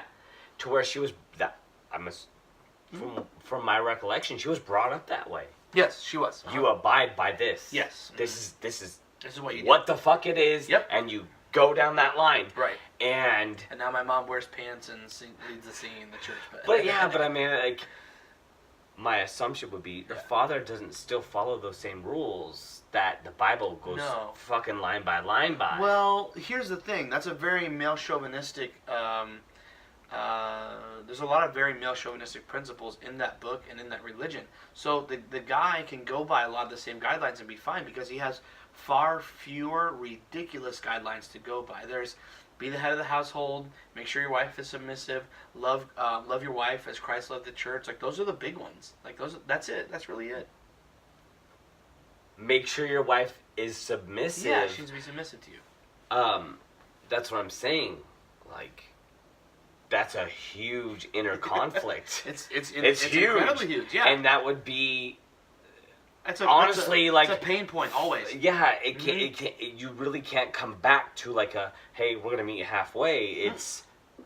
I don't feel as though you can I don't feel as though you'd be like, this is how it's gonna be. Nope. Fuck you. I'm independent, and You know what I mean? It doesn't work. It can't. So you make it work, right? You make it work you try to make it work for as long as you can, and then you're in and out of counseling, which is not licensed therapist, which is your pastor who's been preaching the same shit that you've been obeying anyways. And so he's just hammering more shit down your throat. Yeah, you're in and out of counseling, you're fighting, you can't figure out, how to make this work, because really it's not going to work, okay? It's just not. It's not going to, here's the thing. It's not going to work in a way that's conducive and keeps you both happy. Look, relationships are hard. We know this, right? You're not always going to both be happy all the time. I get it. There's a thing that I love that's called healthy compromise, and I think many relationships thrive because of it. And what I mean by that is find things you can compromise on. Things you can compromise on are, well, I want to watch Scandal. Well, I want to watch Daredevil. Well, how about tonight we watch Scandal and tomorrow we watch Daredevil? Or how about fuck Daredevil and we'll watch Scandal? Or how about she says, you know what, fuck Scandal tonight, let's watch Daredevil. You see what I'm saying? That's a healthy compromise. No one's hurting because they didn't get to watch their favorite TV show. Unless you are right now, which it looks like you might be. No. Or I want to play this game, or hey, can we go to this place tonight? Well, I was really hoping for this place. You know what? Let's go to that place. That's fine. Hey, I'm going to go out with the boys this weekend. Could you not this weekend? I'd rather you stay home. Okay, I can stay home. Harmful compromise. I'd rather you don't talk to your mom anymore. What? Wait, what? Yeah. I'm trying to give some, yeah, no, I'm trying to give some for instance, and just saying like helpful and easy and healthy. There's healthy compromise and there's harmful compromise. And harmful compromise is when it's causing you legitimate pain. You know what I mean? Like, hey, I've been there. I can't think of any more. No, I've been there. I've literally had someone tell me, you can't talk to your mom anymore. And I go, fuck you. Or fuck you, yeah. Either that's not going to happen. Right. So there's that. Like, that's something that I feel like healthy compromise, your relationship can't thrive on that when you have these crazy fucking rules that you have to live by. Which is legalism, which is wearing a certain type of clothes, which is not going to the movie theater, which is, you can't see that. It's rated R. No, you can't go to the movie theater at all. At all. At all. At all. He just said that. You can't. At all. You can't see 1994 Power Rangers. You can't go to see fucking There's Minions, violence dude. in there. Yeah.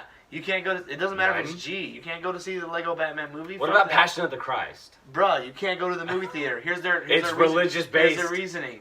Mel Gibson's anti-Semitic. Fuck you, dude. But I'm just kidding. I love Mel Gibson, by the way. I'm trying to think of something else religious. No, it doesn't matter. Here's their premise. You're going to the movies, right? Yeah. And because women's beautiful bodies are wickedness, right? Yeah, just stay with me, okay? I'm trying. Every other poster you walk past has plenty of legs on it, probably. Other poster? Right. And like you're walking through the movies, the movie theater, and there's movie posters. There's plenty of legs on those posters. That's wicked. You looked at that woman, and in the New Testament, Jesus said, if you look at a woman to lust after her in your heart, you've committed adultery with her already. So you're having sex with every poster you walk past. Oh, what? And then you sit down to watch the movie, right? So now we're here. We made it past the wicked posters. I put blindfolds on. I didn't look at any of those. I made it. Praise God. You get down and you sit down Oh and watch shit, the she movie. has legs. Right. You sit down to watch the movie, and what comes on before the movies? Mary. What comes on? Has legs. No, shut the fuck up. Oh what shit. What comes on before the movies? The previews. The previews. You can't control the previews. And because Passion of Christ is rated PG-13, every preview they're going to show is PG-13 rated. So you're definitely going to see a woman in the PG-13 previews that you're going to want to have sex with. So you're going to have sex with her in your mind, and you're going to commit adultery with your wife who's sitting next to you before you leave the theater. You sinned. That's it. You fucked up. It's the end for you. It's like I was born to fail. Hello! That's what religion I was born is to be a predicated failure. on, dude. That's what religion loves. They keep taking your money and making you feel like shit. That's what they do. Anyways, we're gonna stay on that subject, but bro, you're gonna keep me on there forever. I'm telling you. We gotta move on.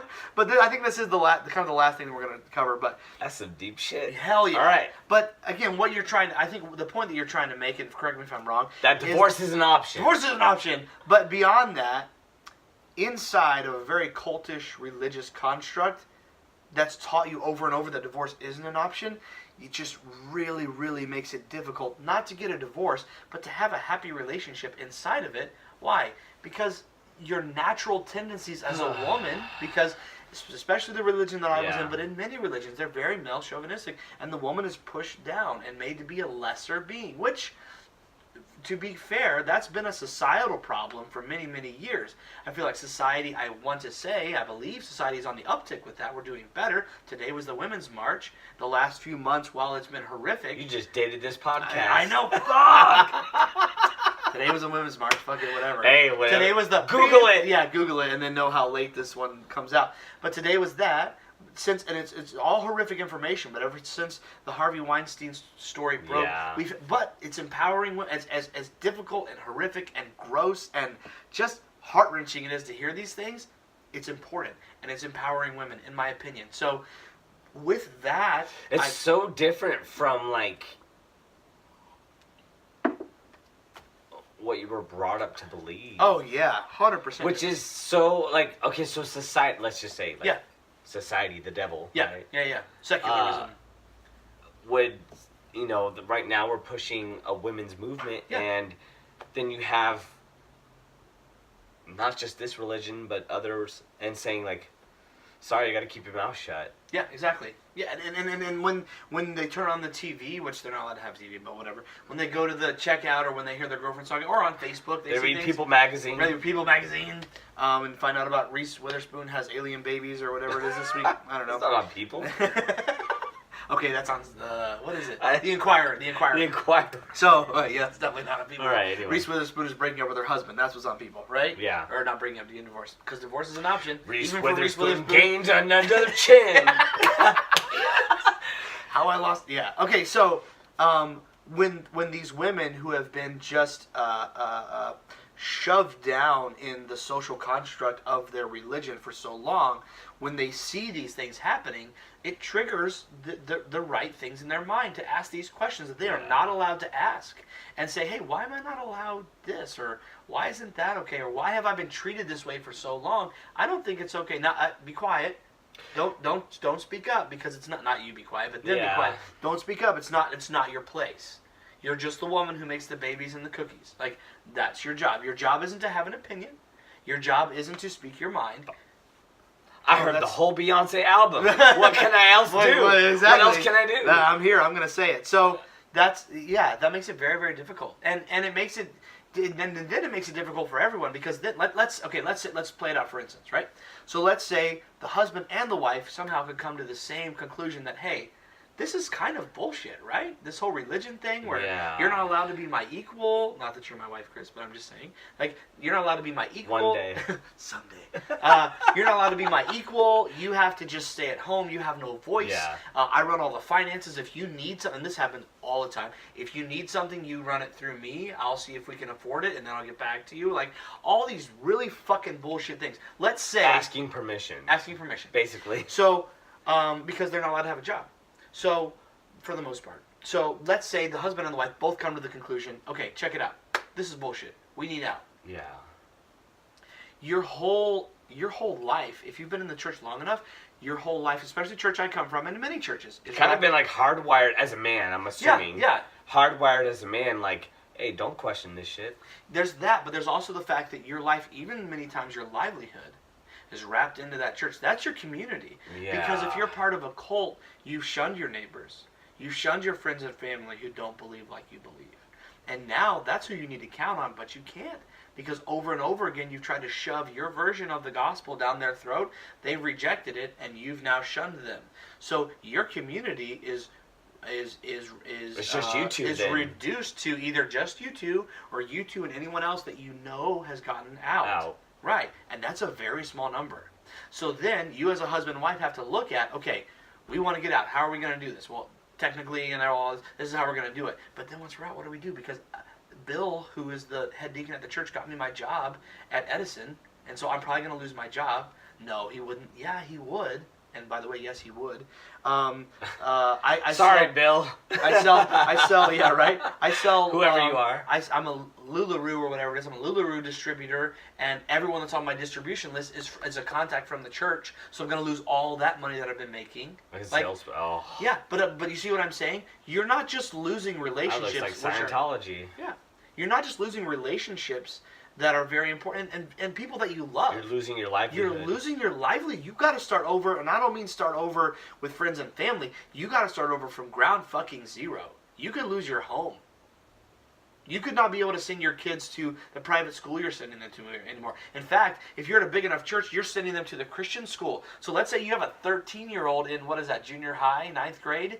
You've got to pull them out from their friends they've known since they were in kindergarten. So can you That imagine? shit is fucked. I'm trying to imagine the amount of stress that would have on a relationship. That's what I'm saying. Period. So, but imagine that stress for both people. Tough, but you can handle it. Imagine it for one person. One woman trying to break away from that. Break away from her husband because she's begged him and he won't go. One husband who's trying to break away from it and he's begged his wife and she won't go. You're going to lose the kids. Yeah. It's going to happen. Especially if you're the husband. Well, no. I take that back. No, not especially if you're the husband. And that construct, either or, whoever stays generally gets to keep the kids. That's generally how it works. And I say that because I haven't experienced it, but I've seen it happen. It's fucked. Well, religion is nice. We need to end this podcast on a positive note. So let me try that. Divorce is an option. Divorce is an option. We are not here as advocates of divorce, but Stuart Hardy and Chris Scott, if I may use his full name, which I don't edit these things, so fuck it, we're both divorced single dads. We're both working really hard to make a better life for our kids. And if at any point you disagreed with something that we said, we get it. There's a shitload of opinions out there. And I respect them, unless they're total bullshit. But what I do want to say is that if you're, if you've watched this far, first off, thank you so much, as always. But if you're just tuning in, go back and watch some more.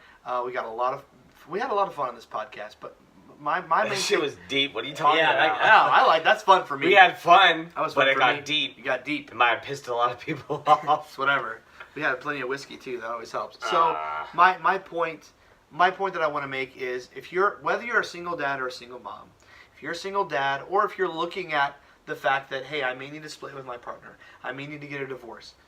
It's not tough. It's not easy. But like I said earlier, there's a lot of happiness on the other side. Is it tough to go through? Is it a pain in the ass? Is it going to cost you money?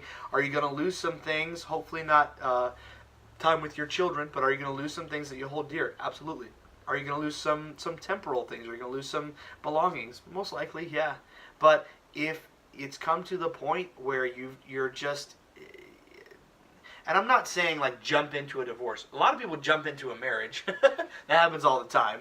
But my advice would not be to jump into a divorce at all, ever. My advice would be to exhaust all resources and do whatever you can to stay in that relationship. Here's something.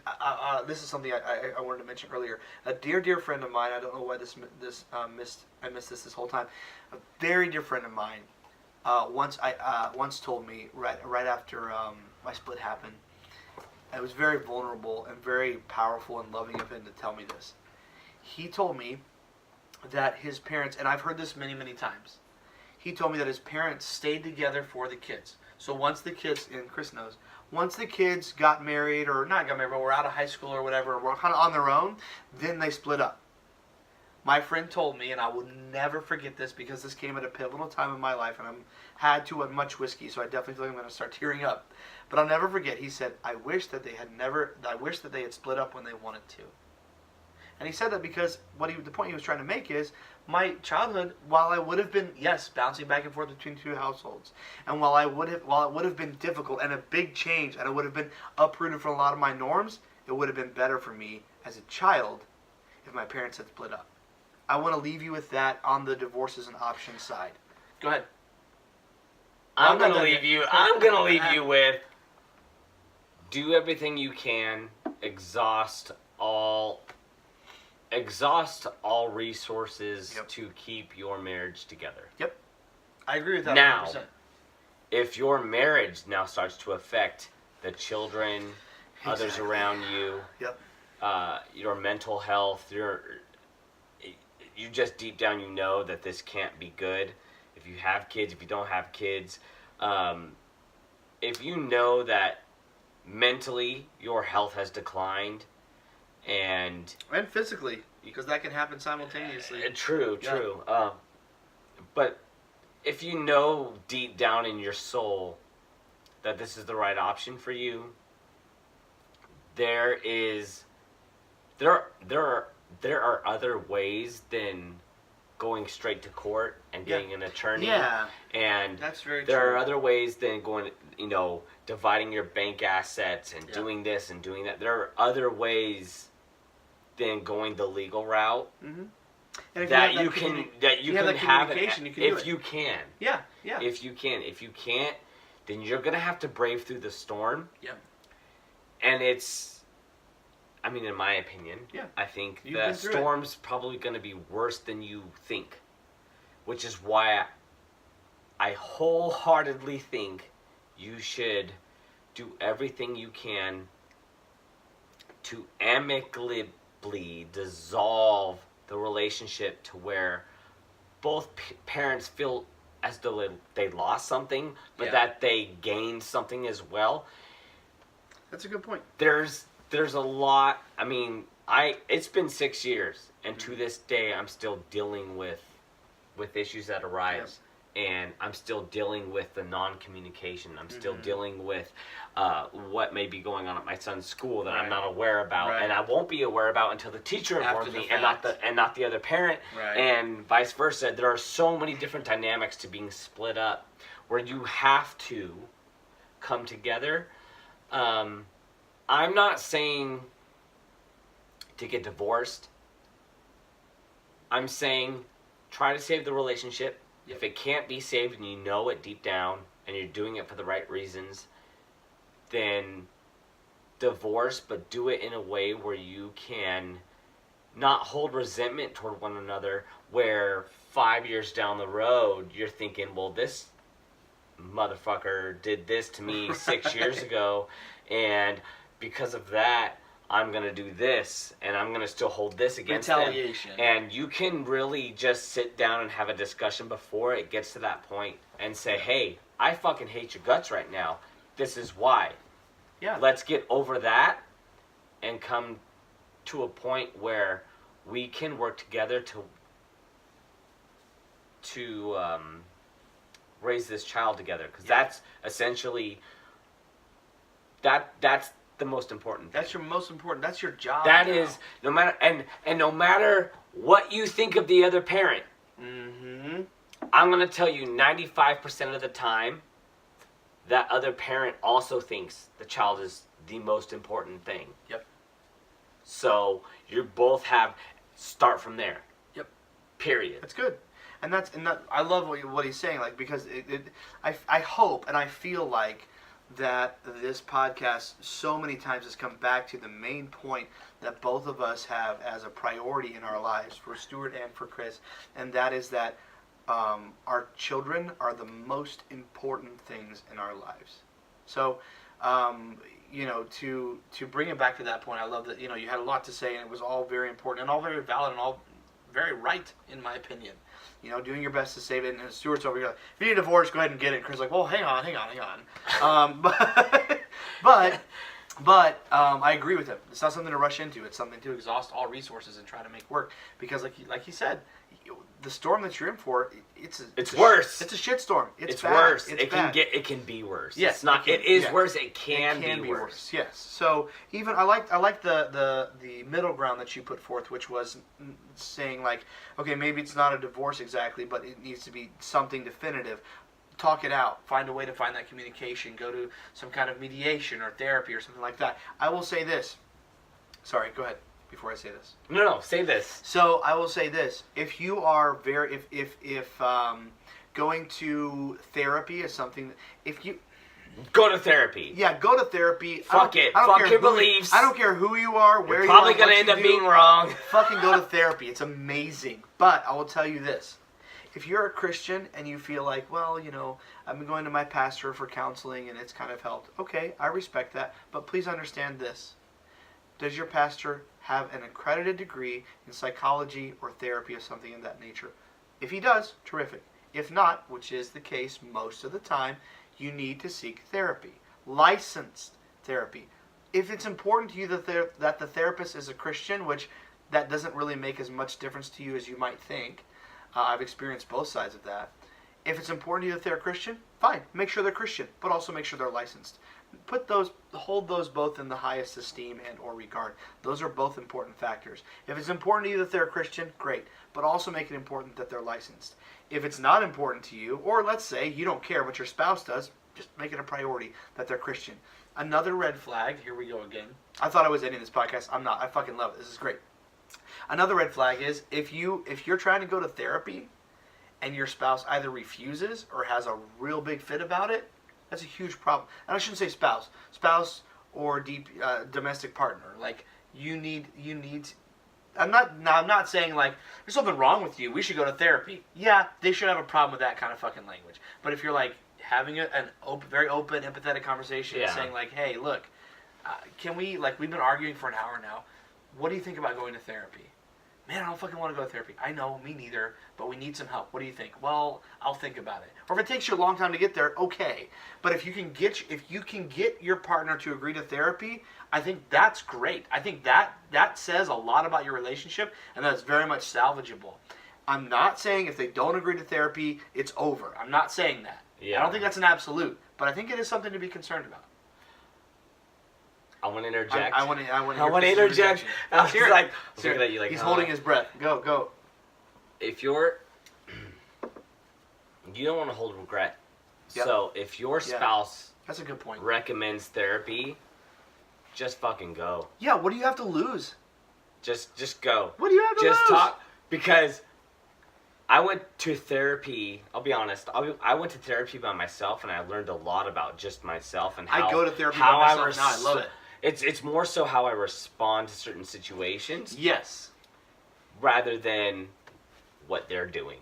Dude. And I go, and so you learn. Yeah, you learn so much.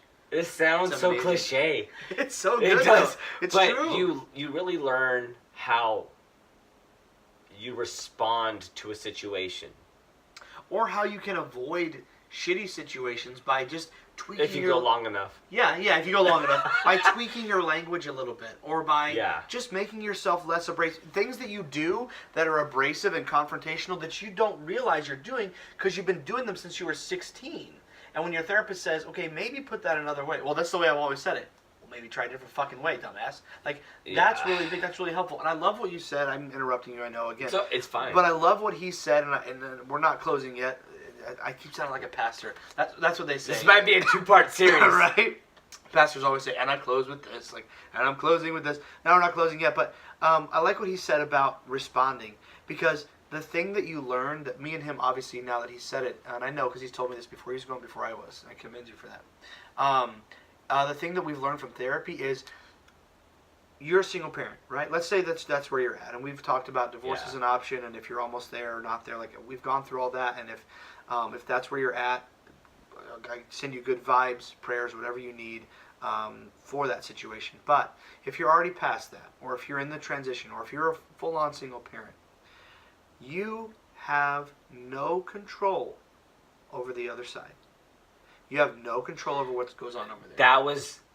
I don't mean to interrupt. No, go. That was the biggest thing I had to learn. It's so hard to learn. It's so difficult. I had to learn that once that relationship, even before then, but definitively once that relationship is done, I mean, you are still connected to that person, yet you hold zero control over what they do.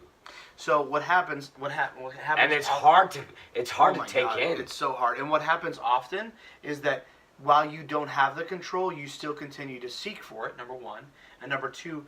By what? By doing what? By I don't know. Threats. Yeah. By just calling them out. Yep. Saying you're doing this wrong. Yeah, but try just poking at them. And basically. At that point, what you don't realize is they probably don't give a shit. They don't give a fuck. Yeah.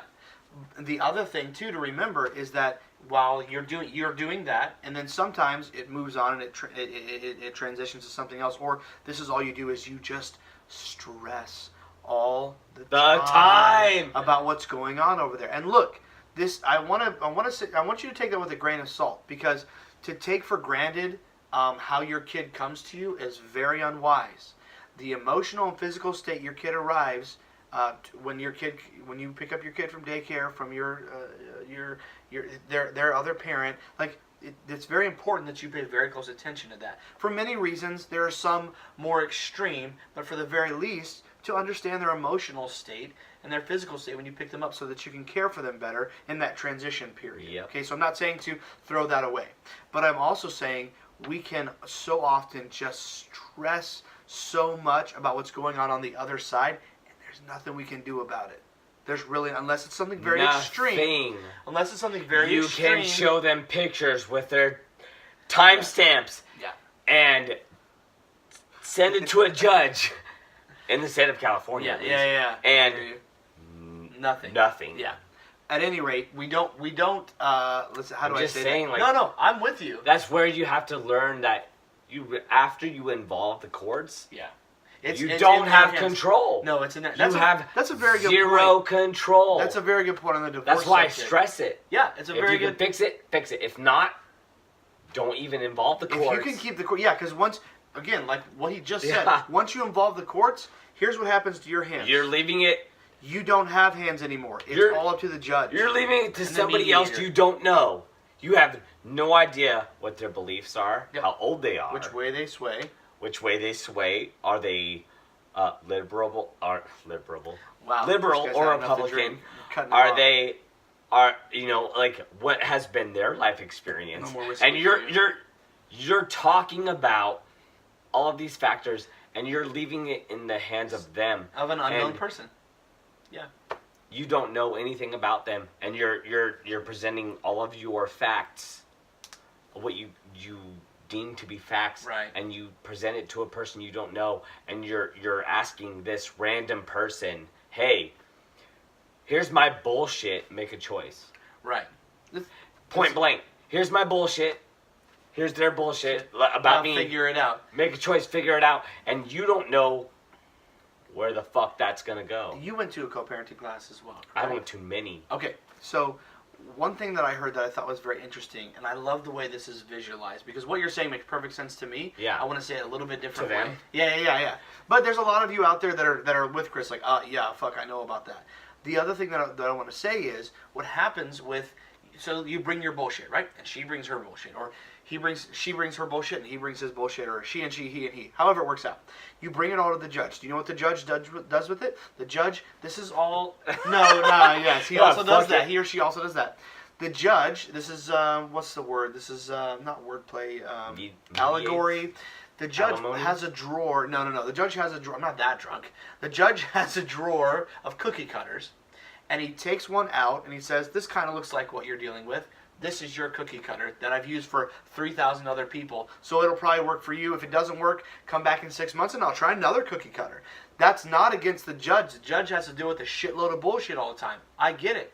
But that's what you're, in essence. You have 15 minutes. Yeah, that's what you're doing. And then he moves on to the next one. Yep. So what you have to understand is, if there's a way, like Chris is saying, this is his plea and now it's become mine. If there's a way for you to keep it out of the judge's hands and still take really good care of your kids, you're gonna both win. Yes. You're both gonna win. Please do that. No one's gonna lose. Let me say this. Even if as a man or a woman you're the breadwinner and you feel like, man, I'm losing out on more money than I'd like. Look at the kind of custody you have. Look at the kind of time you have with your kids. Even if you're losing out on a little bit of coin that you wish you'd rather have, and you have more time with your kids, or a time that's agreeable to you, fucking take that shit. Especially if you can keep the courts out of it. 100%, every time. Yeah, it draws a, and by doing that, I also want to add, it draws a baseline, right? Yeah. So you and your partner have established, all right, we're going to do this. We're going to try this out. Right. Okay. There are no courts. There's no judge.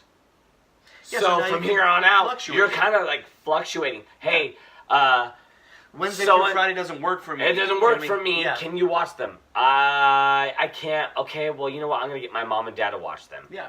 Okay, right? fine. What's the definition of that, Stuart? Is that healthy compromise?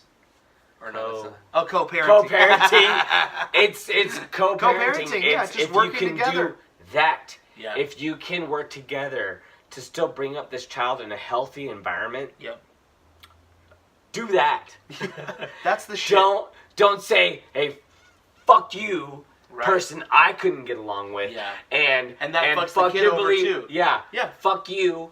And remember, your child is half of that person. So fuck you. That's a good point. The beliefs you're gonna hold, you're gonna instill that at least half of it into that child. Yep. What they do with it is that child's choice. Yep. So fuck you and the beliefs or whatever, decisions, whatever. Right.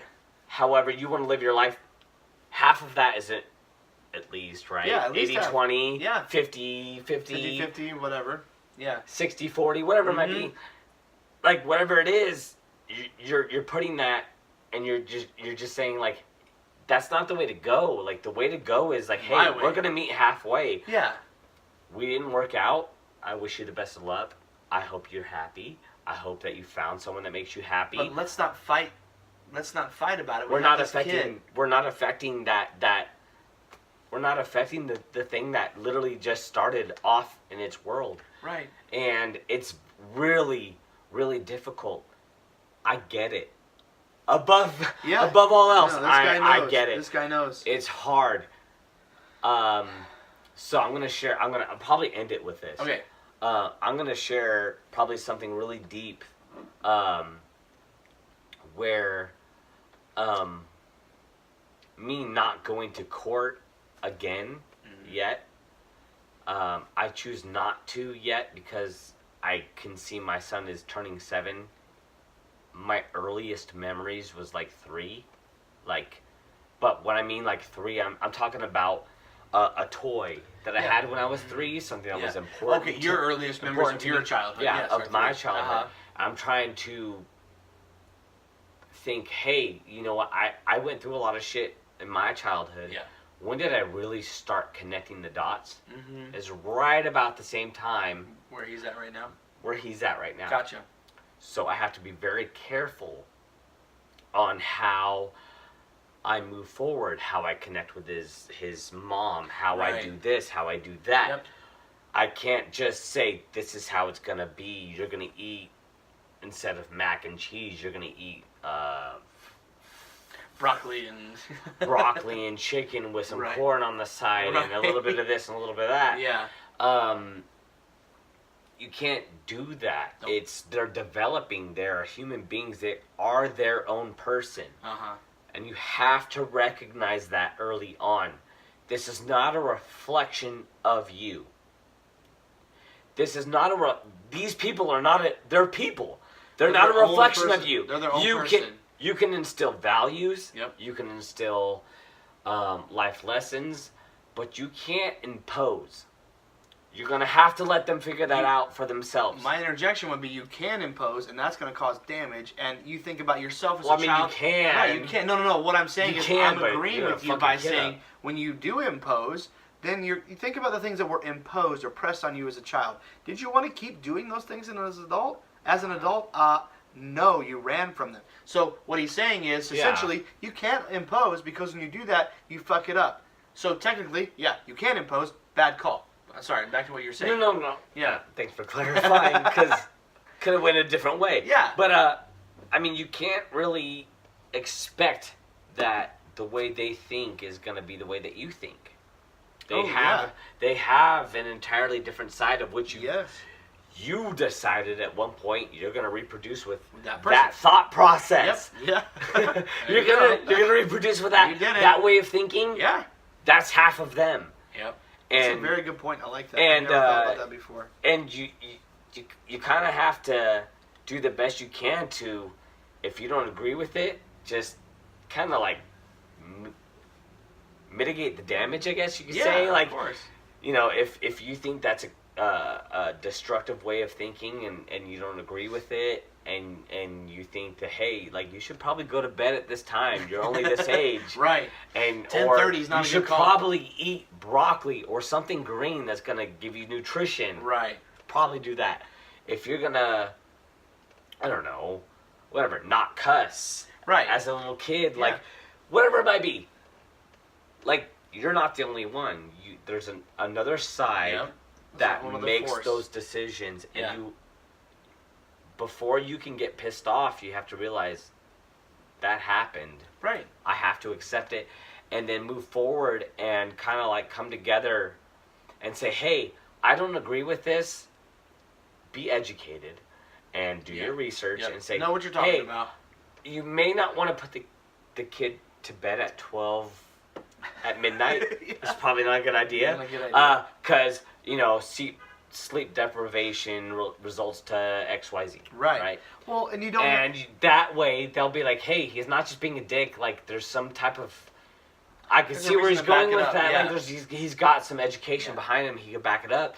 And you come together, and if you can, and you kind of like work together and make sure, hey, we're going to have 2 different families, 2 different ways of living, 2 different households, 2 different backyards, 2 different pet animals, 2 different ways to eat, 2 different times to go to bed, 2 different this, 2 different that. It's not going to ever be equal. And going. It's not going to ever be equal. Right. And what you're trying to do is be that soldier that jumps on the fucking grenade to save the team. The team is your kid. Yep. And that's the best way I could put it. You're going to fucking jump on that grenade. It's not grim at all. And all the people around you are going to be saved. Meaning your child. Right. I think... And if you can sacrifice and you can work through the bullshit and you can ignore the dumb, narcissistical, ignorant, egotistical, ignorant, naive ways of thinking of what you at least believe. Yeah, that's your opinion. Mm-hmm. Ways of the other parent, you're going to do your child, which is the main goal. You're going to do that child a service. A huge service. And you're not going to wonder late at night, like, is my child going to grow up to be a fucked up individual? Right. Am I going to have a heroin problem? You're doing your best. That's what counts. And that's where you have to... You got to cut everything out. You got to cut out your ego. You got to cut out your... At least on your side, right? Yeah. I mean... You can only control you. And it might take therapy. It might take... It will take therapy. Heavy drugs. It might... ayahuasca, Joe Rogan. Yeah. It might take whatever it might be. It might be DMT, whatever it might be. DMT. This is now go back to Joe Rogan. We're not talking about Joe Rogan experience. So you are.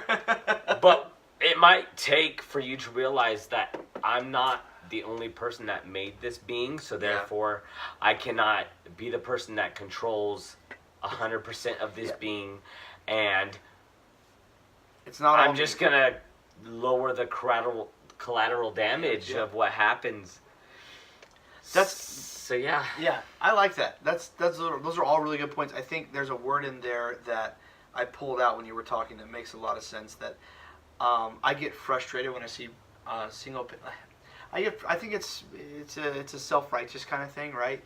I get frustrated when I see single parents that don't embody this one specific trait, and I think it's very important. Not single parents, parents in general. Sacrifice, and I think the thing that. And I'm not trying to end on a bitching note, and we'll turn this around in a second, but the thing that really frustrates me is when I see a parent and or a single parent that just doesn't get sacrificed. Whether it was... That's difficult. It is. I'm not saying it's easy. No, I'm not. I'm saying as a parent that does sacrifice a lot. It's difficult to see that. It's difficult to see that somebody else doesn't sacrifice. Right. And so I think that really goes back to dating. Oh yeah, it does. The parent that doesn't sacrifice, you look at that and be like, oh shit, that's a red flag. Yep. So on the bright side of that that is myself, Chris, tooting our own horn, I don't care, and other parents, many of those of you that are watching, single or not, that sacrifice for your kids, that understand like, hey, I made this person and it is my job not to make sure they turn out right, air quotes, but to make sure that they're a good, happy human being. While that sounds very simple, if you are a parent, you know it's not. So with that, we're going to wrap it up and say, as always, thank you so much for watching Not Your Mother's podcast. We've had probably more whiskey consumed on this one than most of the others. I don't know. He's out. He reaches for more and he's out. I'm done. I cut you off. I put the bottle over here. So we're grateful and thankful. Two single divorced dads coming at you. We don't fucking know shit. We're just figuring out as we go along. What are you talking about? We don't know shit. It's my ego. If you disagree or agree, great. It's 2018. It's the internet. We're happy you have an opinion because we got one too. So as always, thanks for watching. Did you have something else? Leave your comments below. I really want to hear this shit. Guy wants to hear it. I'm going to listen or read closely. Comments or not, I'm super, super grateful for each and every one of Yes. you that have paid attention to Not Your Mother's podcast, and very grateful for those of you that have watched this podcast up until the end. I do want to say that for single moms, dads, single moms and dads out there, while I'll be talking about other parents a little bit here and there, this is mostly about you single parents, and specifically about single dads. I love you guys. I think you're amazing. You're incredible people. Single parents that are doing the best to make their kids happy and working hard to make a good future for your kids. You're amazing people. I love you guys. So thanks so much for watching. Oh, Chris, go ahead. How'd you know I was going to want to talk? Anyway, all right. Your head cocked back. So, I'm going to end it with this. You said that before. No. For the single moms that really do put in 110, thank you. Do you want to put your number in the comments or? Just kidding. That was too easy. All right. No, but I'm with you on that statement. For the single moms that, I mean, I know I talked about my experience with dating women that and empathizing with them. Mm-hmm. We didn't get to that, but for the single women that do the best that they can, truly do the best that they can for their kids, I want to thank you personally, because and dads, obviously, but more so because I feel as though we came from a male perspective. Yeah. I want to make sure mm-hmm. that at least for the women, I've dated single moms, and on the instant, I don't really think they could have felt more alone. So you're not in it alone. You just need to find a person that matches you. You need to find that person that will meet you halfway, or 100, however you want to, whatever ET podcast you want to listen to, or whatever it might be. It's a good point. I have the utmost respect for you, and just keep it up. I'm with Chris on that. Like, single moms, you're fucking kick ass. You're amazing, and we love you. To close for the gazillionth time, we're very grateful for each and every one of you. Very happy you came along for this ride, and definitely look forward to hearing your opinions, your comments, and whatnot. Just know that if you're a parent at all, or specifically and especially a single parent, we are happy that you exist. We're proud of you for making the effort, and we want you to keep going, and like Chris said, make your kids number one. Thanks so much for watching Not Your Mother's Podcast.